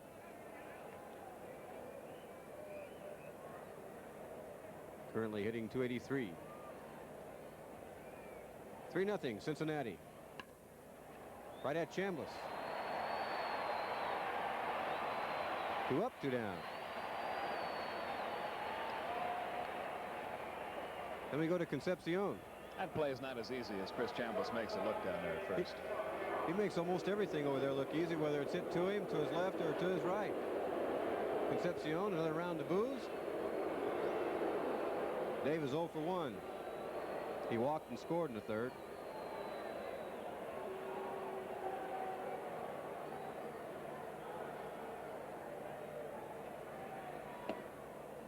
Call strike 1. Mailer trying to work on a quick inning here.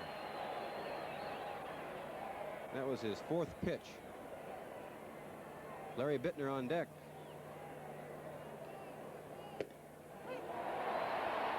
No balls, 2 strikes. Reds have 7 hits, Braves 3. The 0-2. Big curveball. Mailer thought that was a strike. By the time it got to the plate, he was about 4 steps off the mound.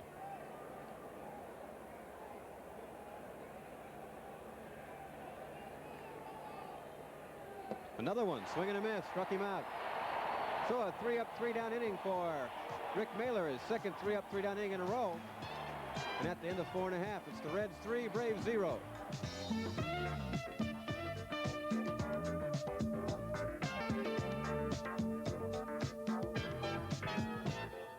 Rating in the Atlanta ADI, rating of 35 with a share of 55. Watching the Braves against the Reds. Here's Murphy with Chambliss on deck. Soto's been a tough cookie tonight. 1 run, a homer by Chambliss, and 6 hits. Curveball, strike. I think he's had command of all his pitches tonight, hasn't he? Throwing a lot of the breaking balls when he's been behind in the count. He's kept the Braves off balance, except for Chambliss. Chris has 2 hits. 1-1.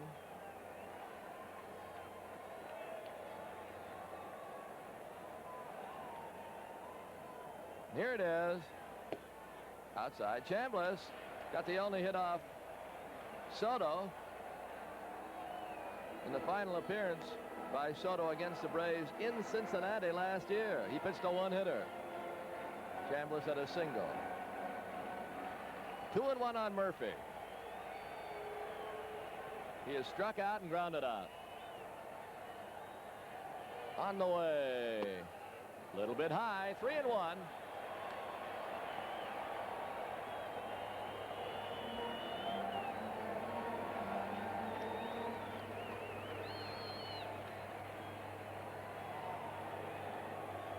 Signed by O'Berry.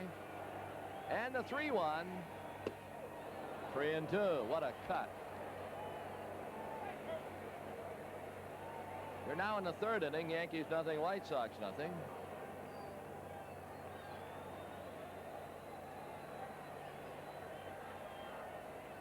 We've got a full count on Dale Murphy. Well hit to right center field. Back goes Milner over his head. It'll be a double.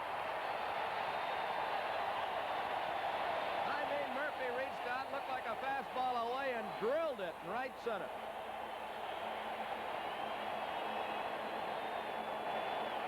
And Murphy's been hitting the ball to the opposite field very well this year with power and on the line. That about a 3-iron golf shot.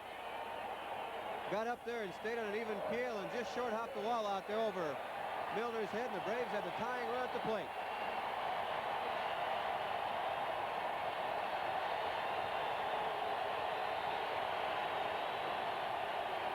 This is Bill Fisher, the pitching coach, so I don't believe there'll be a change right here unless they've got a change of policy. John McNamara usually makes the changes. They've got their bullpen hot. That's Hume and Shirley throwing in the bullpen. Left-hander Shirley, right-hander Hume. Camp for Atlanta. There's the Cincinnati bullpen.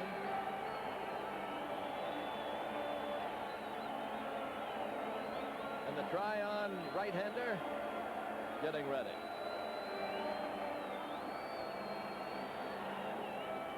Now Frank Pulley goes out to ask Bill Fisher if he has difficulty making decisions. Bill says, well, yes and no. And there's Soto, who's allowed now 7 hits. Chambliss, a batter. He's hit safely in 10 straight, a single and a homer tonight. Braves fans want 2 runs in the inning to tie it.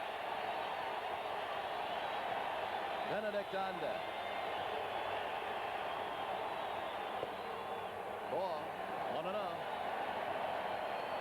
Well, the fans are on their feet again.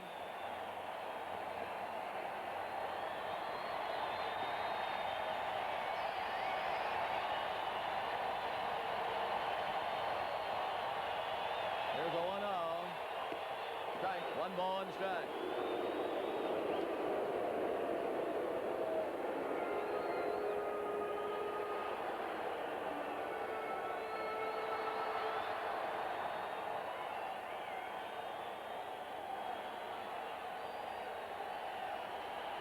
Soto with a 1-1.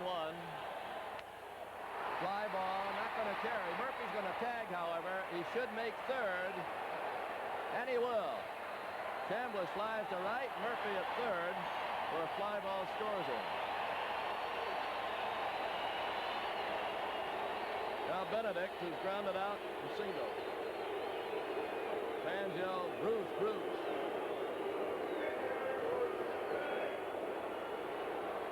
They've never yelled Bruce, Bruce like that before. Oh, that's something new this year, really. Sure is. Another thing this year, enough fans to make it be heard. Boy, these crowds have been terrific. Last night, 37,000. Over 20 tonight. It's a very key situation here now. Almost a must that the Braves pick up a run here. They trail by 2. A runner at third and 1 out. And they're playing deep. They're going to give the run if they can get a grounder to short. Whoa! Almost all the way to the backstop. 1-0.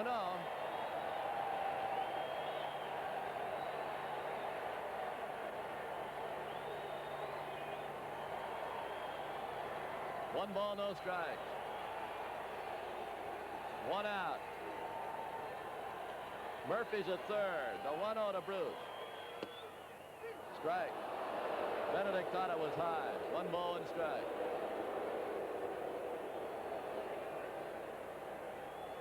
We're looking in Nebraska at Bruce Benedict.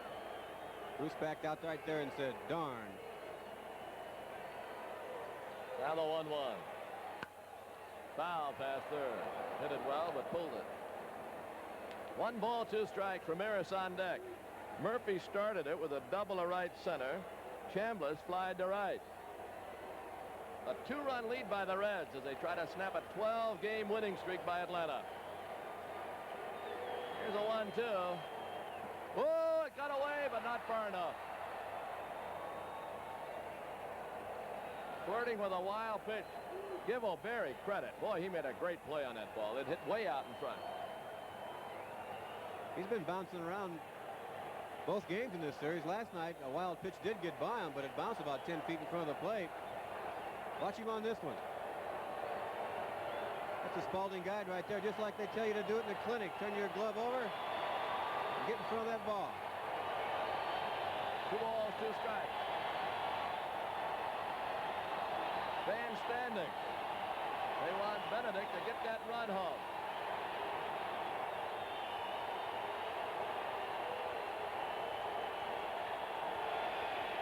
Here's the 2-2.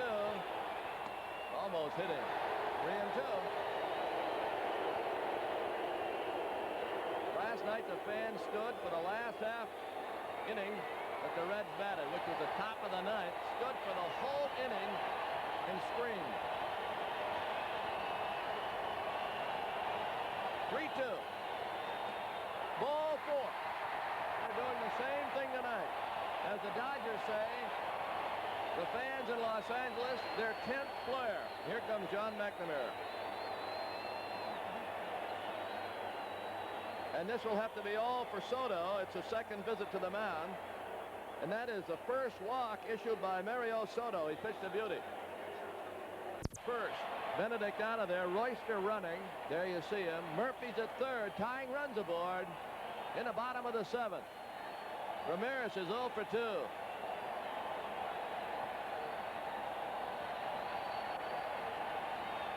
First pitch. Low in the dirt. Hume is 0-1 with an ERA of 5 and 2 saves. He also didn't fare very well last year against the Braves. He was 0-2 with an earned run average of 4.5. 1 out. And the 1-0. Swung on. Fly ball. Left center. Vail and Milner. Who's going to catch it? They collide. A run will score. Back to first goes Royster. We got a 3-2 game. And it looked like Vail finally caught it. They got confused out there. It's a 3-2 game on a sac fly. Vail got a very bad break on this ball. Either that or it carried a lot farther than he thought it was. You see him come in. Now he kind of drifts back there. Meanwhile, Milner's really busted to get over there. Almost a big collision. If they would have collided and dropped the ball, he might have been a second and third right now. Some fans, I believe, threw debris on the field. The umpire is now going out. Concepcion is upset. Let's see. Now the announcement by Marshall Mann.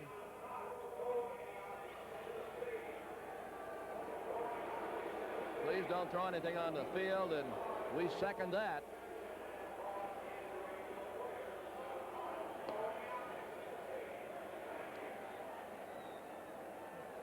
Pocoroba was out with a bat. Now Ken Smith will come on. Smith for Hanna. It's a 3-2 game, Cincinnati. Bottom of the 7th. The announcement on Smitty.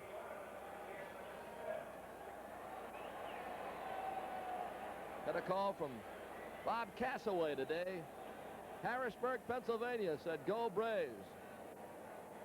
Let's get the baker's dozen. That's 13, folks. Whether it's Harrisburg or anywhere else. And that's what they're shooting for tonight. They trail by a run.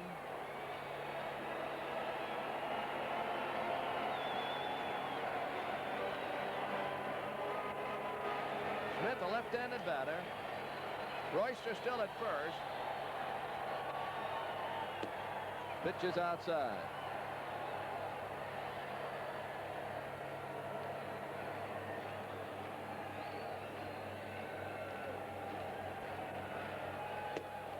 Outside again. Smith up for the first official time this year. He batted once, had a base on balls, later scored. 3-2 Reds. Royster runs well. High pop, left side, should be caught by somebody. Vail coming in, having problems. and goes to his knees and caught the ball. In right for the Reds as we go to the bottom of the 8th. Hume against Butler.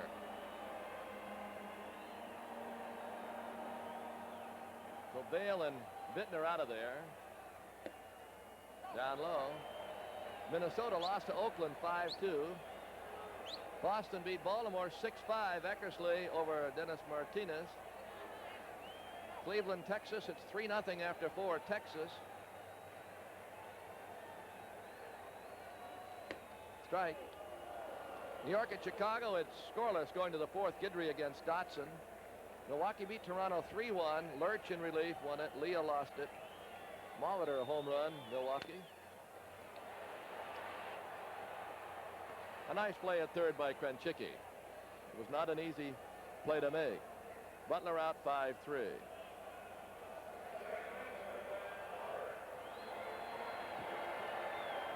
Soto went 6 1/3, 7 hits, a couple of runs, earned a walk, and 7 strikeouts. Hume on in relief. Hubbard is 1 for 3. Washington on deck. Down low. Tom Hume's grandmother is a great Braves fan. Watches our games all the time. Down in Florida. Foul up this way. Just underneath the broadcast booth.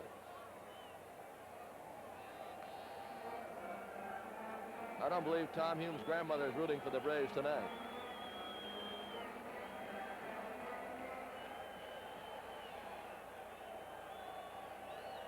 One. Hit to third. Krenchicki.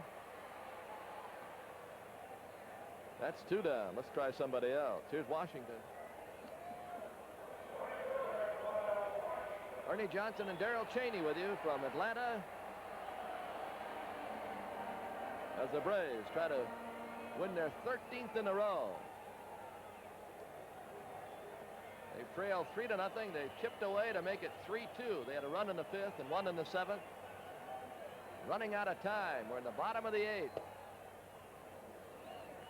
But they've got the meat of their order coming up. This is Washington. It'll be followed by Horner, Murphy, Chambliss.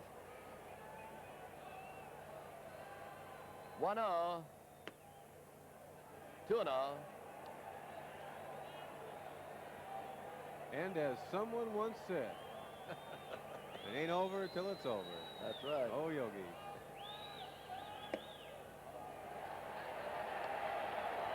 Three balls and no strikes.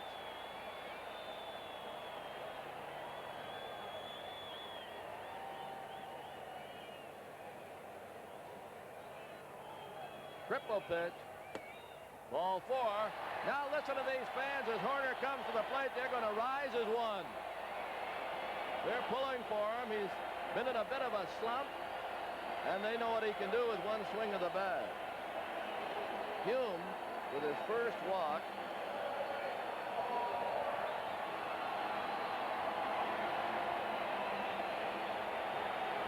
The captain's 0 for 3 with a strikeout, foul out, and a grounder back to the mound. Pitch. Whoa, Roberry made another nice play.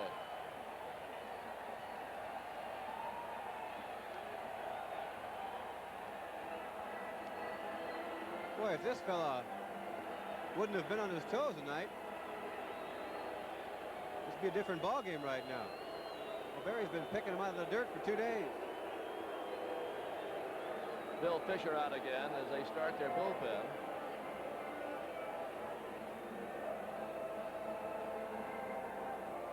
Reds here tomorrow. No telecast. There's their bullpen. That's Shirley, the lefty, and Kern, the right-hander. Boy, he throws hard. Kern. He's in that 90-mile-an-hour class. Out of 1-0. Low, 2-0. Murphy's on deck.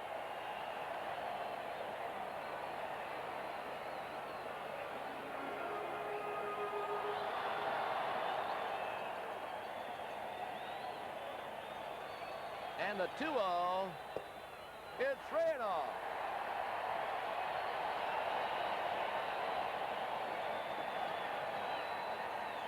It'll be interesting to see right here. 3-0 if he gets to go ahead and swing sign. Everybody in the ballpark knows he's due. 3-0. Strike, 3-1.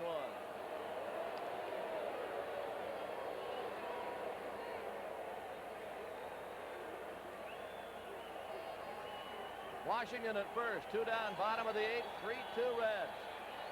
And the 3-1 swung on foul, what a cut. Whoa. He threw him a fastball right down Peachtree, and Horner fouled it to the screen. 3-2.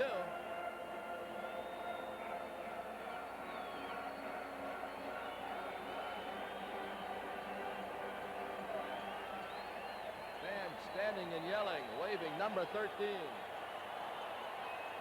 And the 3-2. Low and away, ball 4.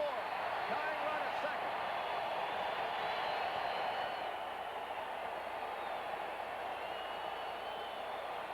Murphy the batter. Struck out, grounded out, and double to right center.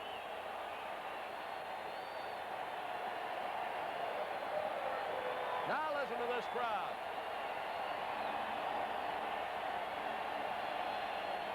Tom Hume with 2 on and 2 out.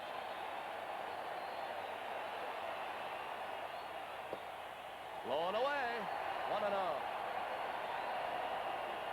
O'Berry out to talk to Hume.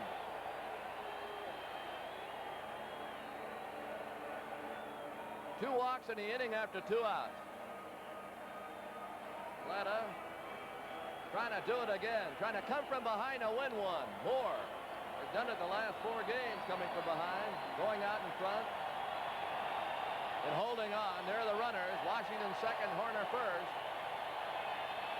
The 1-0. Fastball over, 1 ball, 1 strike. Fans cheer on the strikes and boo when they call a strike, I should say, and cheer on a call ball. Listen to them cheer. 2-1.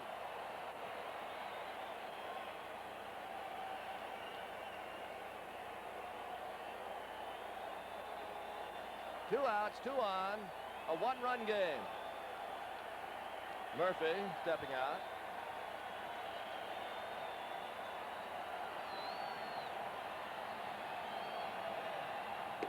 Strike. Ooh. 2 balls and 2 strikes. I think Murphy would have liked to have that pitch back. Washington at second and Horner at first. Tom Hume with a 2-2 to Murph. Swung on, hit slowly to third. Tough play. No play.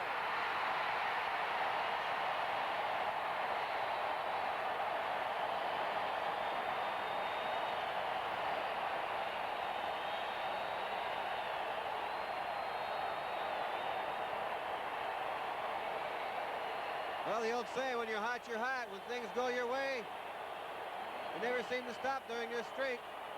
Braves are still behind at this point, but here you are. Somewhat of a break here. Krenchicki playing back, too far back to field that ball cleanly, out of the reach of Hume. And the bases are drunk with 2 down, and Chambliss to the plate.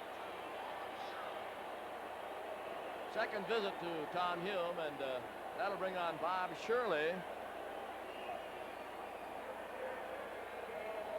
And while he warms up, let's pause for this commercial message.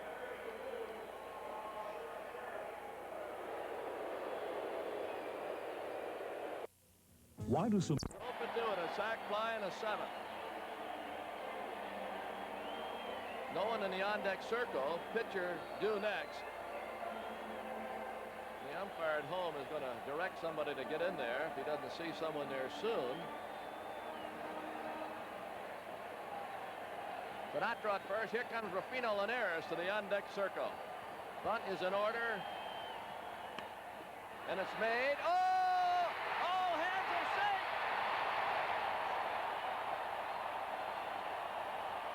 Ramirez on a push bunt, got it by Shirley.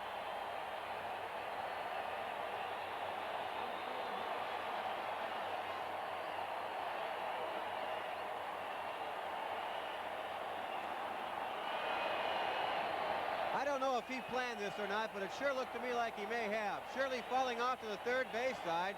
Ramirez looked like he might have just tried to punch the ball that way. And Shirley just didn't bend over in time. He was there. No play. First and second, nobody down. Now the big meeting on the mound. The batter, Rufino Linares, for the pitcher, Rick Camp. The Braves trying to pull it out in the ninth. They trail by 1. First and second and nobody out. Rufy batting .409. No homers, 1 RBI. Preston to service when Washington was hurt. Linares responded. And how he did perform. .409 batting average. Let's see how Joe Torre plays it here. You bunt him along. It is in order. They're looking for it. They're trying to get the tying run to third and a potential winner to second. And the first pitch. Missed it. 0-1. They had a little play on. Sure did. Trying to figure out how well Rufino bunts the ball in sacrifice situations. He's a very good drag bunter, as we've seen earlier this year in Cincinnati. No balls, 1 strike. Shirley pitching. Swung on, missed. 0-2. They took the bunt off. Now everybody backs up.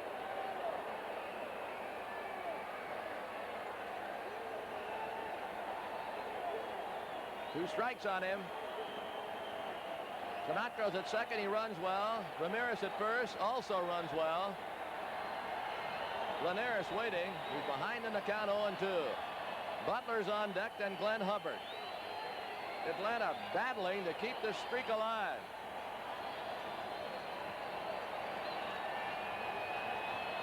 Here's an 0-2. Way outside, 1-2.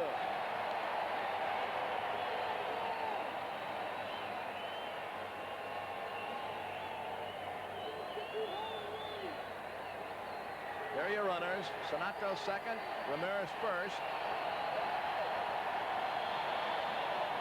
Now the 1-2 pitch to Rufy. Fly ball, left center, the tag by Sinatra. Catch, throw, back to second. First and second, now 1 out. As Linares fails to move him, now Butler. Butler is struck out, singled, flied out, grounded out. Boy, the fans just standing here in the bottom of the ninth. Everybody on their feet. That fly ball really not deep enough to advance Sinatra to third base, but we found out one thing. Milner has a cannon on him out there.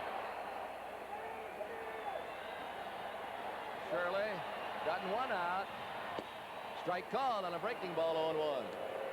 Hubbard's on deck. Real nail biter here from Atlanta. 2 on and 1 out. The hits are even at 9. Hit to short. Oh, bad hop! Here comes Sinatra!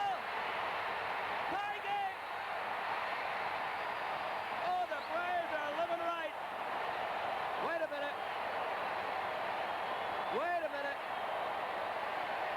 Now they're saying the ball hit the runner's foot. Let's wait a minute. It might not be. Let's see. There are runners first and second. They try to. Now we're going to take another look. Ramirez is going back to second, I believe. Here's Butler hitting the ball. Let's see if we can pick it up. I think you might be able to see it here. Concepcion right away complaining to the umpire that hit him in the heel. Right there. It did hit him. So that's going to be 2 outs.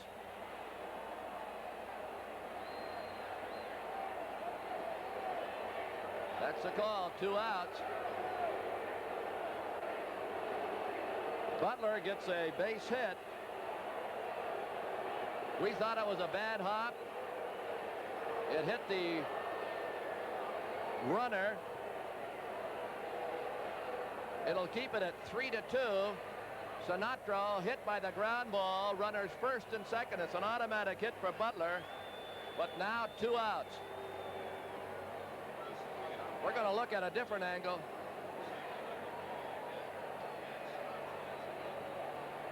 It wasn't one of those funny bounces where you thought it really did hit a clump of dirt and bounce very high. It looked from up here, too, that right away it hit something in the baseline, and that something was Matt Sinatra.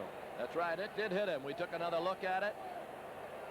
Looked like the Braves had gotten a break of their lifetime with a bad hop, but it was a grounder that hit the foot of Matt Sinatra going toward third.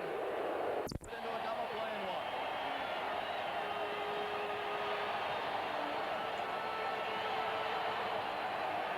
Joe Price.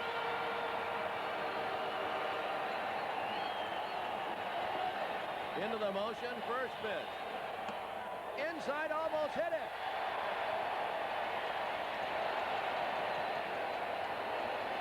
One and 0.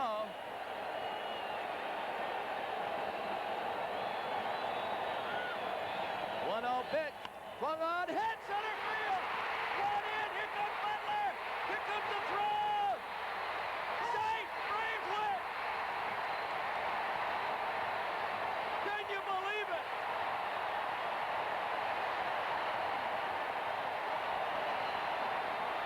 They're going bananas again. Just listen.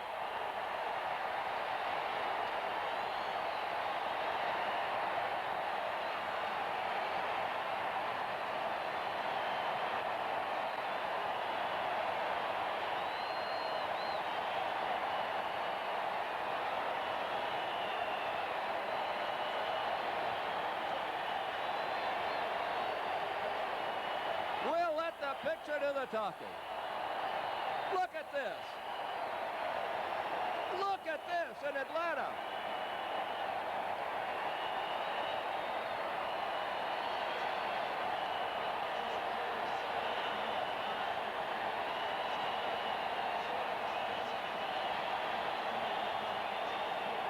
Bill Bartholomew, member of the board of directors.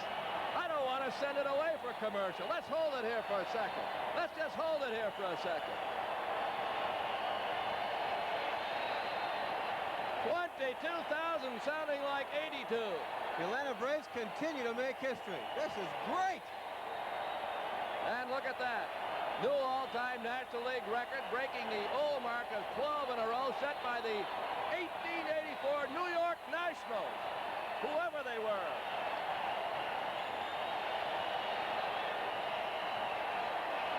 No one's going home. There's Brother Francis, and he's got the Mass tomorrow.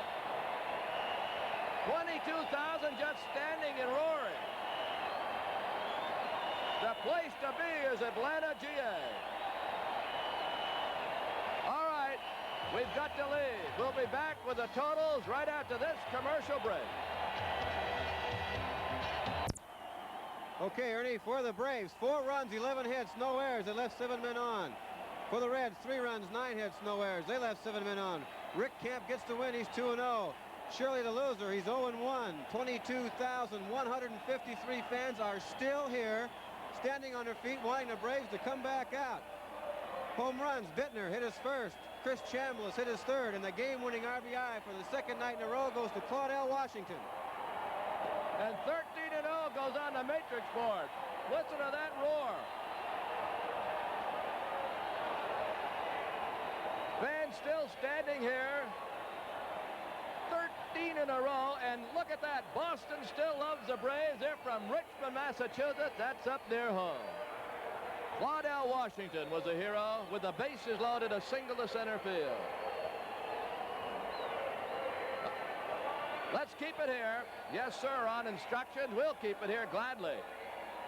This is the place to be, folks. Tomorrow's game will not be televised. Cincinnati in town. Over the weekend, we'll have 3 telecasts. Friday, Saturday, and Sunday with the San Diego Padres. And Pittsburgh in town, followed by the Cubs. They'll be shaking number 14 tomorrow night. And here are the people that made it all possible. Let's take a look as we go out on this Wednesday night. Just a super job, guys, on this telecast. Braves pull it out in the bottom of the ninth. Just no place to be if you got a case of nerves. But if you like exciting baseball, all roads should lead to Atlanta for the rest of this homestand and the rest of the season. Atlanta wins it by a score of 4-3 on 11 hits. Cincinnati had 9. Tomorrow night, same two clubs. That'll be Braves radio only.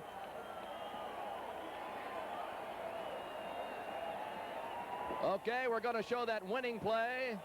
This is Washington against Price. Almost hit him in the head. Base hit center. Ramirez scores. Butler coming around from second. Now watch Butler getting the sign from Horner and Ramirez. He's going to come in head first for the winning run. And we show it on the matrix board. It's a 4-3 win from Atlanta. So long, everybody.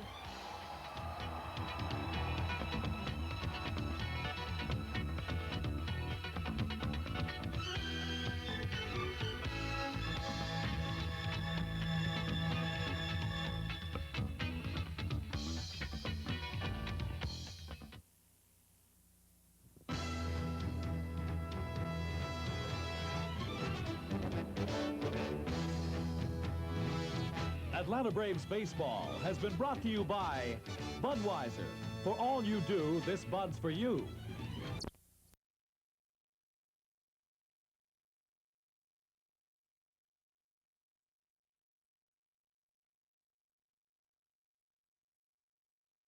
A good deal of him.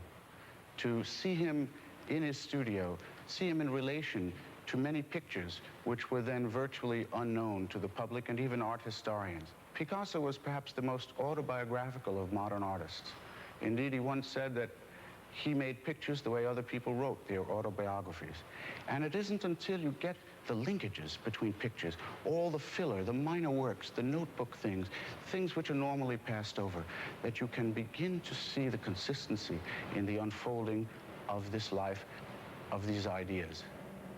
My only regret is that Picasso, with whom I first discussed it, couldn't have been one of the million or so people who finally got to see it.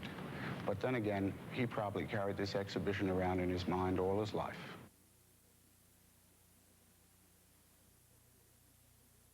Look out, world. Hey, look out. Here comes the $750 price break from Ford. Get $750 back on every new Mustang. $750 back on every new Fairmont Futura. $750 back on every new Granada and Granada wagon. But hurry, you must take delivery between now and April 3rd. It's the $750 price break from Ford. Here comes Ford. Your daughter, the dancer. She may seem a little awkward to others, but you can see all the potential charm and grace of a ballerina.